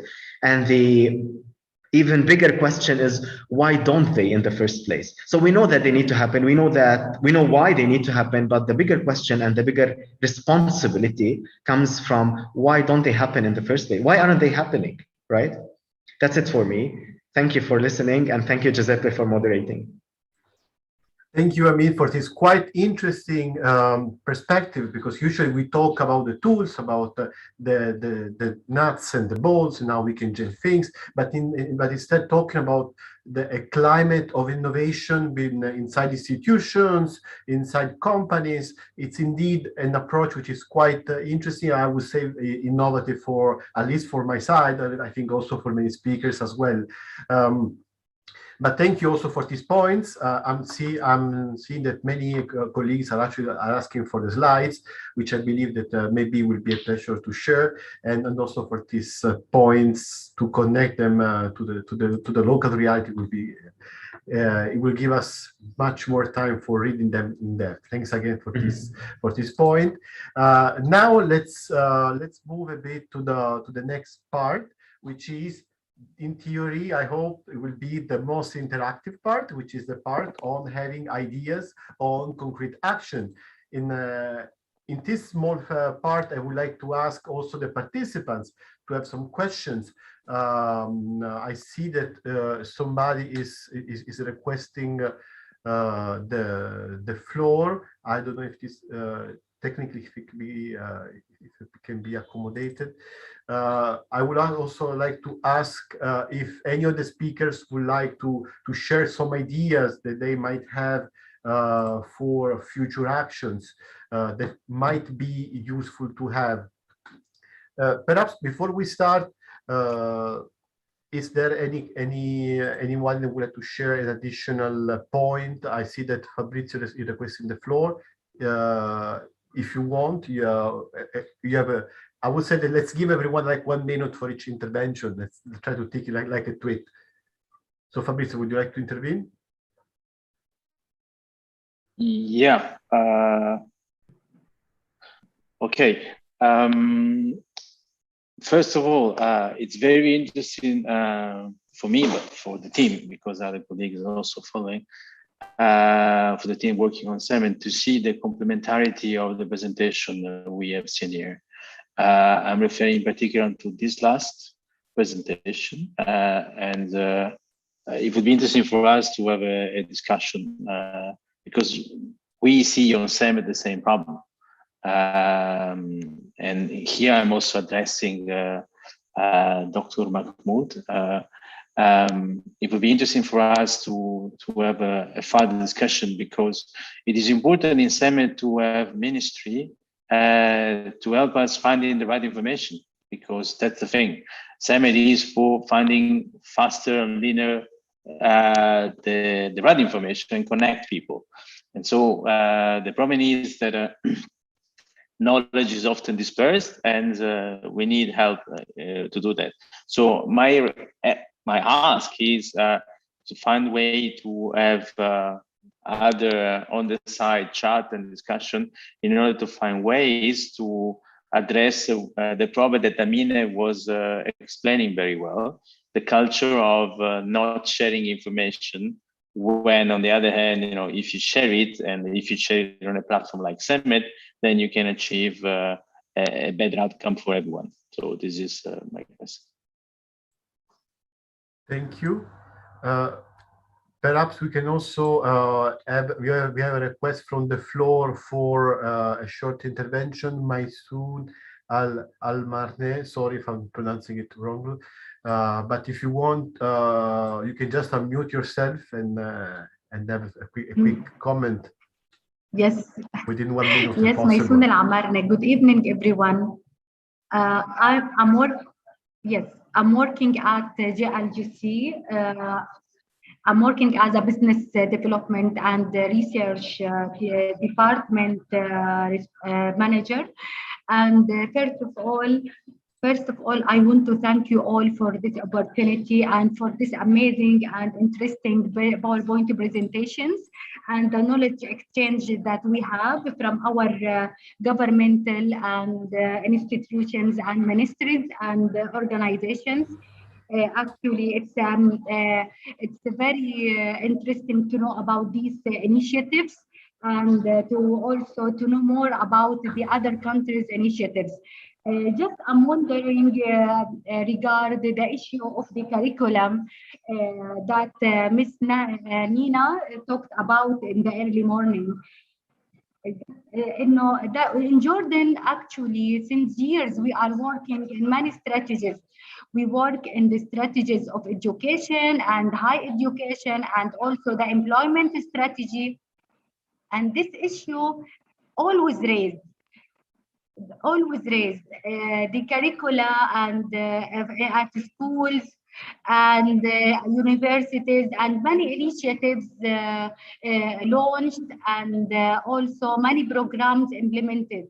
But I wonder why till now we don't have an impact of these initiatives till now in our country and also in other countries. If we look at this from a point of view of impact of these initiatives in the long term for the generation, the new generation, especially these generations who are aware of digitalization and they are working in high tech and technology. So I believe, yes, I believe we need to look at this from the new perspective, from digitalization perspective.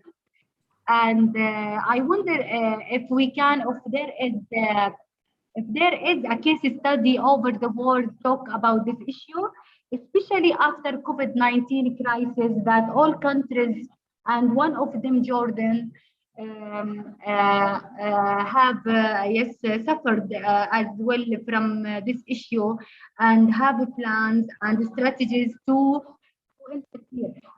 So I wonder if we can have such let's say case study, or how what's your advice regarding the curricula issue after COVID-19, especially if we are talking about online study and on-site or on study? Thank you very much. Well, I believe, Nina, that you have a direct question. Even after after COVID-19 finished in Jordan, they are talking that they said that there will be online study even if COVID-19 finished. Thank how you. We can align this? Thank you very much for your intervention. Perspective with what we are talking about, the employability gaps and the skills gaps, as now everything is turned to high tech, to technology. It's for example, banks, everything over applications, everything on applications. So there will be minimum job opportunities. Thank you. How we can align all these issues together? Okay, thank you. I think this is quite a wide question, and I hope that anybody will be able to give at least an answer to part of it, because I'm seeing that there are many elements which are quite connected. I'm seeing the issue about the impact of curriculum, about the issue about digital. Perhaps you would like to start, Nina, with the first answer, then maybe also Mahmoud or Director Taraune would like to have some comments on this. Thank you, Giuseppe. Thank you very much for the question. So let me take, I think the question is rather clear. The first part about the curriculum is clear, but I will take a perspective from experiences from other countries. So I don't know the Jordan case in detail, so I would not dare. So this is where Dr. Mahmoud can come in. So I think this is really a very good question, because the key concern is looking at how many projects actually happen to review curricula, and it does not stick. These are one-time initiatives, and because the way the higher education system works, because of the logic of the high fragmentation and not much lateral diffusion, that's a key thing. So in some countries where there's been some very big projects, there has been some rather good success by actually developing, while the curriculum reviews or developments happen, to develop templates. Yeah, for instance, how do you map a curriculum? You know, what is the process? What needs to be filled in? And I'm sure that you already have some templates, like for the development of the syllabi, or the document that is submitted and ultimately for the program to be approved or accredited, depending on the system. Now, I think one thing is this templating, anything in the process templates, and then optimally in countries where we've seen some big, I would say, transformative change, because what we want to see ultimately is transformative change, is where these templates were institutionalized. So how do you go about institutionalizing templates? So actually the quality assurance agency, the public quality, called differently in every country, would then adapt these templates and require that these templates actually are being used in curriculum development and curriculum review in order to be accredited. The moment this happens, then of course each curriculum review will have to use this process. At the same time, we've seen then actually to go along with that, capacity development of faculty, very important, because faculty operate, lecturers, researchers, they operate quite independently, and but often the knowledge sharing is not happening. So they stick with the old way of redoing it. At the best, you can tell them how many credits, and so on and so forth. There is some, but so this capacity development in terms of actually how to review or develop a curriculum, and then the pedagogy that goes with it, and very important, the transversal themes such as entrepreneurship, critical thinking, gender, I include that as well, no? Gender sensitive teaching, and so on and so forth, very important. And the third thing that I would see, we have seen some amazing cases where actually there is a program that is set up by the government or by a project funded, where there is a diploma that can, I take the example of a small country in the global south, where they actually developed a quality assurance program with a heavy focus on curriculum review and student feedback, and so internal quality, and where everybody from the governmental agency and people from all of the universities actually went through the program. They're in their 4th year now, and they have a full understanding. Maybe the last thing is that we have also seen that sometimes when you do curriculum review, that you work with an anchor institution, which is the main institution, and then you have a waterfalling institution which follows. So you will have the strongest institution, for instance, if we talk about electrical engineering, the strongest institution in the country, but they will be chaperoning another university, maybe of the applied sciences, that is also teaching the same engineering, energy engineering. I said electrical engineering, yeah, electrical engineering, and they will follow this institution. So you have a big brother and a small brother. So in order to expand the capacity, there's many techniques you can use. That was very long. Thank you for this part of the question. Sorry. Thank you. I think it was quite interesting, but also as you mentioned, we need to know a bit about the Jordanian context. So I'm going in the order of raised hands, because I'm very happy to see that there are 2 raised hands at the moment from the speakers. So first, as the first one, I would like to give the floor to Director Taraune, also on the topic of quality and the question of graduate employability as a factor. The floor is yours. شكرا.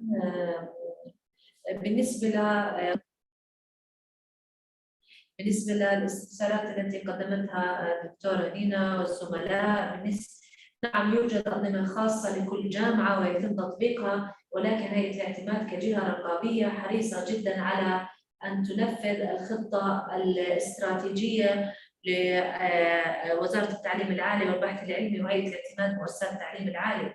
فبالنسبة للمناهج وتطبيق هذه المناهج هناك رقابة على أداء هذه المؤسسات، ولا يتم هناك أي عمل عشوائي بالنسبة لتدريس الطلبة على المستوى الوجاهي أو الإلكتروني.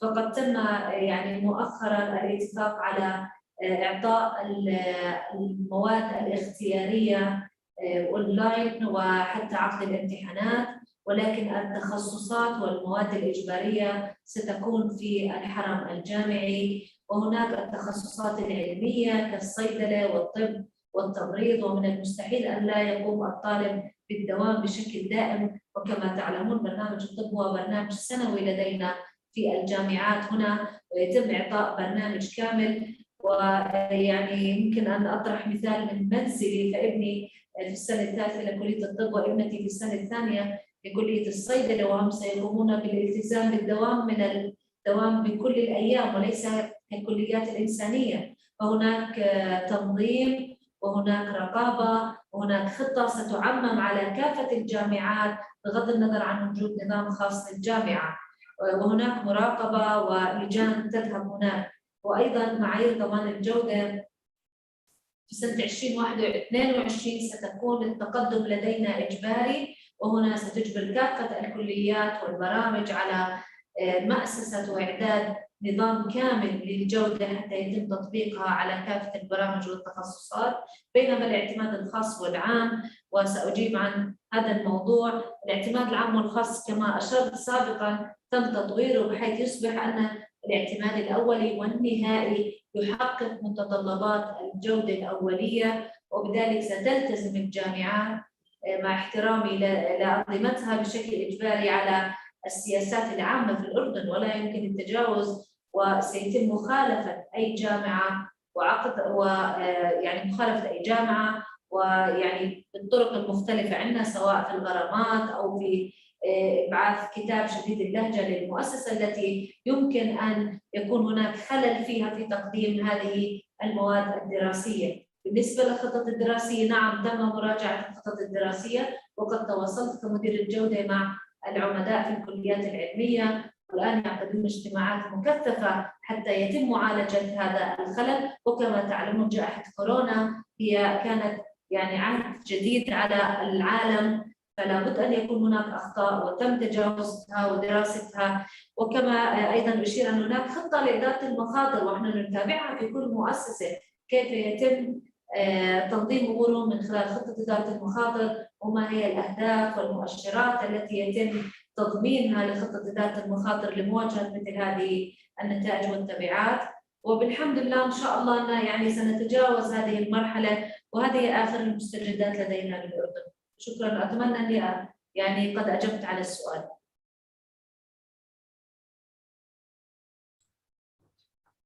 Thank you very much. It was a very good and in-depth answer, and actually we're looking forward to seeing these plans implemented more and more for next year, as you mentioned. This was very interesting to hear, so we know a bit more about how this framework is being implemented in the specific case of Jordan, and this can also be interesting as an example for other countries in the region. So thanks again, Director, for this very interesting point. I'm seeing that also there is another hand raised, and of course it's Dr. Mahmoud. So if you would like to come in and complementing it, especially from the point of view and the role that could have the policymakers into this. Thank you very much. Telegraphic, if I may. Thank you, Giuseppe. Again and again, I will switch Arabic. بالأردن أعتقد إنه بدأنا بإيجاد المنصات التعليمية، بدأ التحول الإلكتروني، لكن ما زلنا نتحدث أعتقد عن أدوات اليوم. أدوات هي للتعويض عن النقص الحصل أو الأثر الحاصل بسبب جائحة كورونا. اليوم نحتاج إلى تشريعات ناظمة. تحدثت زميلتي آمال من هيئة اعتماد مؤسسات التعليم العالي، بالسنة القادمة تكون الأمور تحت المؤسسة وتحت التنظيم. أنا بعتقد أنه بحاجة لتشريعات ناظمة أكبر، بسرعة عمل أكبر، بتعاون أكبر، اليوم يعني احنا بالأردن نتحدث عن عدم اعتماد الشهادات الصادرة من الخارج بالتعليم الإلكتروني عن بعد. يعني لنفرض أنا كنت طالب دكتوراه على النظام الإلكتروني، بدرس لنفرض مع إيطاليا، مع بريطانيا، مع أي دولة بالخارج عن بعد. الشهادة اللي بتصدر عن دراسة عن بعد غير معتمدة بالأردن. لذلك احنا بحاجة إلى التشريعات. إذا طالبنا بالتحول الإلكتروني الكامل أو الدراسة عن بعد، هاي من ناحية التعليم، بعتقد أنه بحاجة إلى تشريعات ناظمة لهذه الأمور من ناحية الاعتمادات، من ناحية الجودة، بالذات أنه نتحدث اليوم عن تخصصات يمكن تدريسها أونلاين، لكن يوجد تخصصات لابد من الحضور الوجاهي. اليوم نتحدث عن تخصصات فيها تطبيق بالمختبرات، فيها تطبيق عملي، لكن التخصصات النظرية أو المواد الاختيارية يمكن دراستها عن بعد. لكن أعتقد الأمور التفاعلية اللي بحاجة لإيجاد مكان مثل المختبرات لابد من متابعتها بشكل وجاهي من هاي الناحية. اسمحوا لي فابريزيو أشار لمعلومة إنه توفر المعلومات كيف ممكن يكون في تعاون مشترك. نعم، اليوم بدأنا إحنا بمنصة جوي، المنصة الأردنية المفتوحة للإبداع، شبيهة جدا بالهدف من عمل منصة سمد. نأمل إنه نكون من خلال هاي المنصة والمنصات الأخرى هي جهة فاعلة لجمع البيانات. كانت عندنا طرق تقليدية من قبل لتوفير قاعدة بيانات وطنية، لكنها كانت طريقة تقليدية وقديمة جدا، ما في مدخل إلها. لنفرض إنه باحث من خارج الأردن احتاج للربط أو التشبيك مع باحث من داخل الأردن، لا يستطيع الدخول للمنصة أو قاعدة البيانات الوطنية. لذلك احنا اليوم بنحدث على قواعد البيانات. عندنا صار في إنشاء لمراكز إبداع، مراكز ريادة أعمال، مكاتب لنقل التكنولوجيا بأغلب المؤسسات التعليمية، بالجامعات، ببعض المؤسسات الحكومية، غرفة صناعة عمان. بحاجة للتفعيل، نعم، بحاجة لتجميع وتوفير بيانات أكبر. مشاركين بقوة الأردن دائما بمشاريع ممولة، سواء من على مستوى المنطقة أو من خلال الاتحاد الأوروبي. نعم، لكن بعتقد أنه بيكون في تقصير من باحثيننا أو من خلال مؤسساتنا بتوفير بيانات أو مشاركتها مع المنصات الأخرى مثل سمد أو المنصات الأخرى. موجودة تسهيلات من سمد باعتقادي بإيجاد فرصة لإنشاء صفحات للأعمال business pages لأي مؤسسة بتحتاج من دول المنطقة، من الأردن بالذات إحنا اليوم نتحدث. نعم، لكن بعتقد إنه بحاجة لجهود أكبر، ممكن من خلال المجلس الأعلى للعلوم والتكنولوجيا وبمراكزه التابعة وبالتعاون مع المؤسسات الأخرى، وزارة التعليم العالي أيضا، الجامعات. ممكن إنه نكون معاكم كناشونال كونتاكت بوينت لتفعيل جمع البيانات ومشاركتها والعمل على الاكتساب من خبرتكم وتطويرنا، سواء للتوجه الرقمي بالأردن أو لنشر الثقافات متعلقة بالإبداع وريادة الأعمال، أو لإيجاد عملية للتشبيك بالمستقبل القريب. احنا بدأنا، لكن خطواتنا ما تزال أعتقد بحاجة لتفعيل ودعم أكبر. شكرا للجميع. شكرا جوزيفي.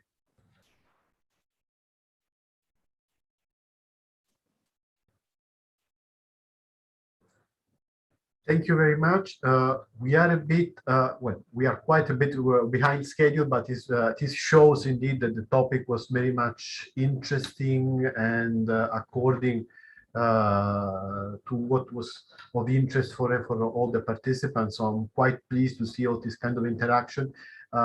We will need to close in 5 to 10 minutes.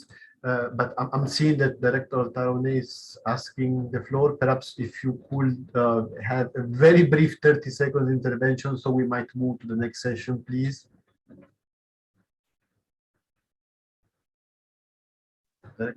Yes. فقط أريد أن أشير إلى التشريعات ومراجعة التشريعات. فقد تم إعداد خطة عمل تنفيذي لإدماج التعلم الإلكتروني بشكله الإلكتروني والمدمج في منظومة التعليم العالي اللي تم إعدادها من قبل اللجنة الوطنية.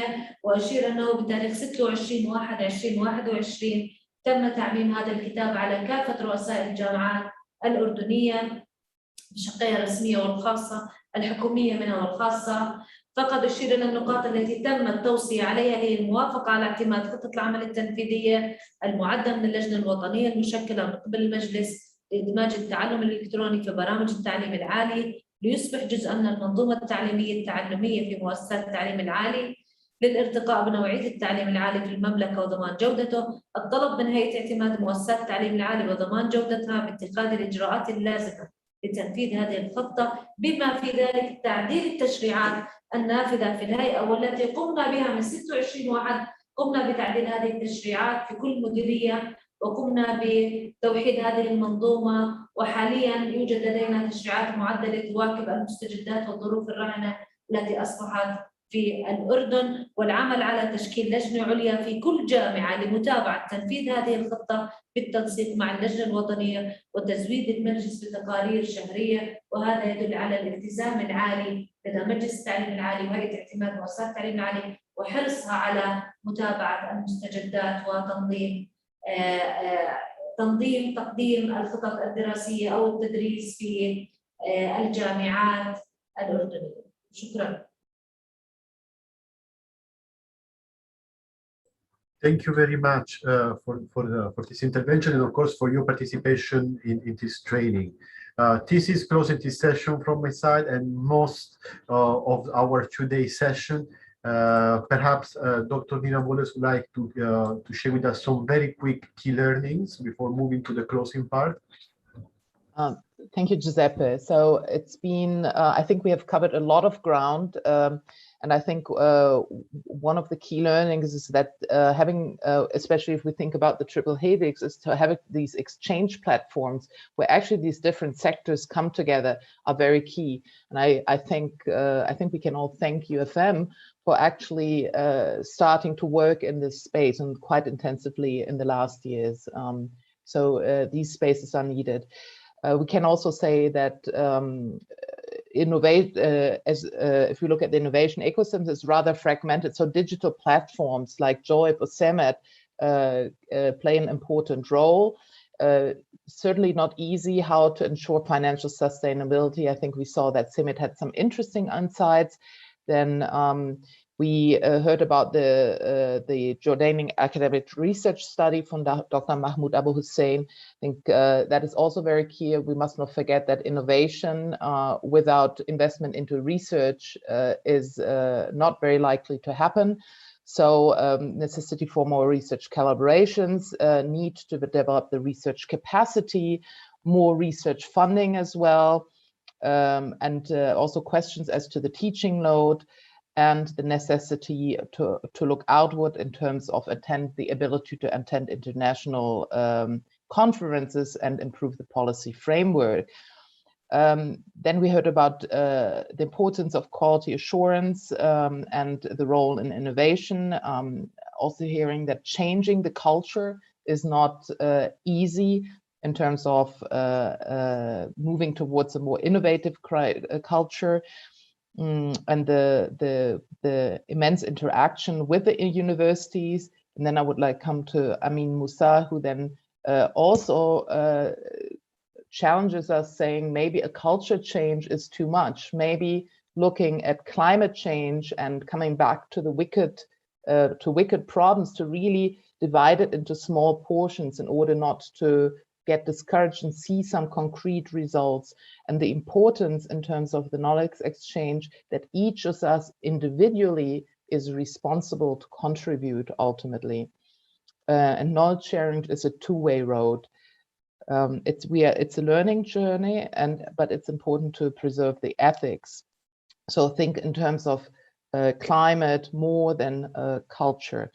And last but not least, the teaching and learning part, to think about the black box, what is happening in the classroom, because that's where it starts, and that's a hard nut to crack. So I think we need to look at the pedagogy also if we want innovation and entrepreneurship. I hope I summarized it.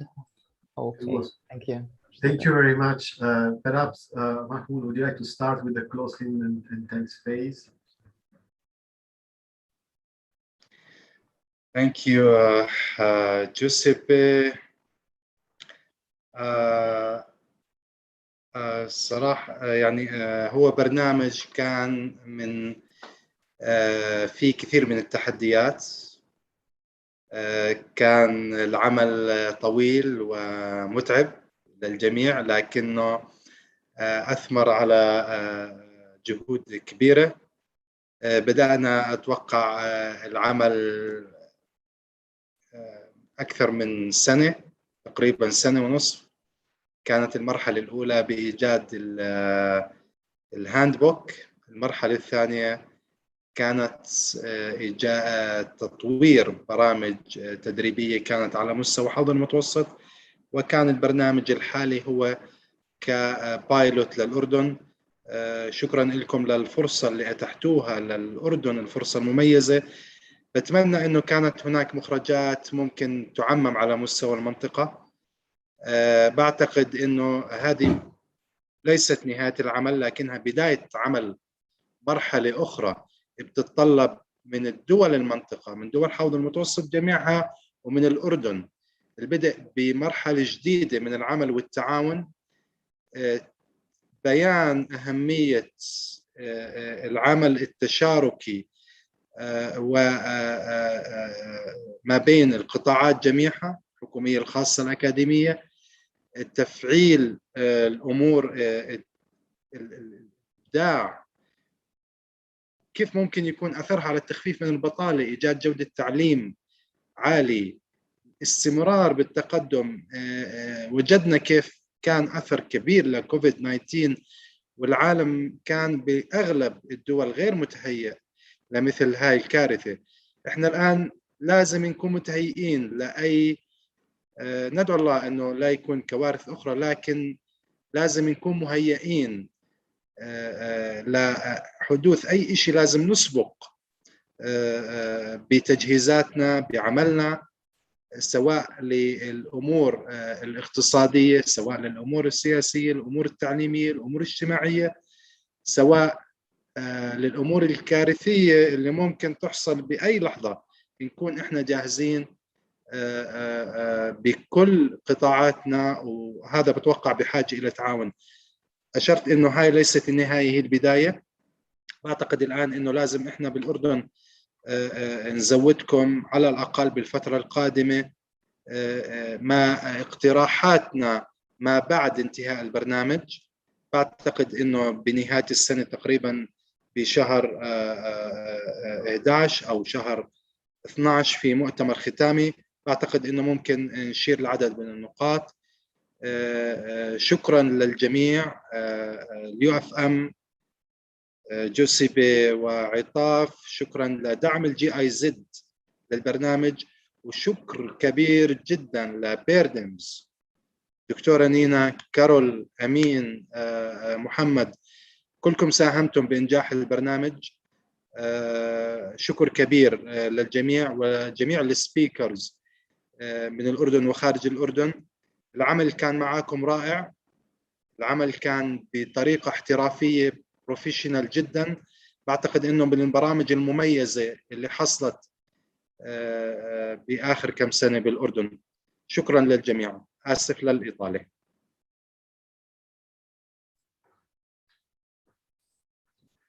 Thank you, Mahmoud. Thanks also for this partnership that has lasted quite some time now for getting here and delivering this quality training. As you mentioned, it is one of the main topics and which we discovered there is a lot of interest in on working, not only because of the crisis caused by COVID. COVID has indeed affected the educational sector, but here we need to look also at the long term picture. Here we are seeing that the educational sector, they need to find a way to innovate in order to offer careers to the graduates and to the researchers, which is not easy. It's not as was possible maybe centuries ago. Nina very well described the ancient madrasa or the monasteries. Now it's time for creating bridges across the different sectors and allowing universities and academia to talk with the private sector, to talk with the policymaker, with civil society. It is our only way if we want to promote the employability in our region, especially in this part of the world, in our Mediterranean Sea, where so many young students with a lot of good qualifications, with PhDs, are not finding quality jobs. So I hope this was interesting for all the participants that attended, and that they could try to get some of the topics that we mentioned during these 2 days in their professional life, or at least stimulate the curiosity to reach out and to try to engage in this field. For this, I again highly suggest everybody to go and to fill our form and insert the information for receiving our handbook, or to download it from our UFM website. The Union for the Mediterranean is providing all of its publication free of charge if you would like to explore more of these topics. Now we are getting to the close. It was an amazing experience from my side, and I think from all of the Union for the Mediterranean. We, of course, we need to thank the German Development Cooperation for their strong support and for believing into this project. We very much thank also the Higher Council of Science and Technology, because otherwise we could not know the Jordanian reality, reaching out to the correct speakers, finding out quality participants, and knowing the reality. Otherwise, it would have been detached from the ground. So thank you also for these many months of partnership. But of course, we cannot but thank for the incredible work and professional support done by Paradigms, in the person, of course, of Dr. Nina Wallace, but also all the others, Carlos Witzel, Amin Musa, Mohammed Bentalla, and all the people at Union for the Mediterranean, such as Aura Gonzalez, that supported this training. I hope that you had the chance to learn something new, and we look forward for our regional seminar where you might be participating. Hopefully in the middle of November, 18 November. Thank you very much for your time, and I wish you all an excellent continuation of your day. Thanks again.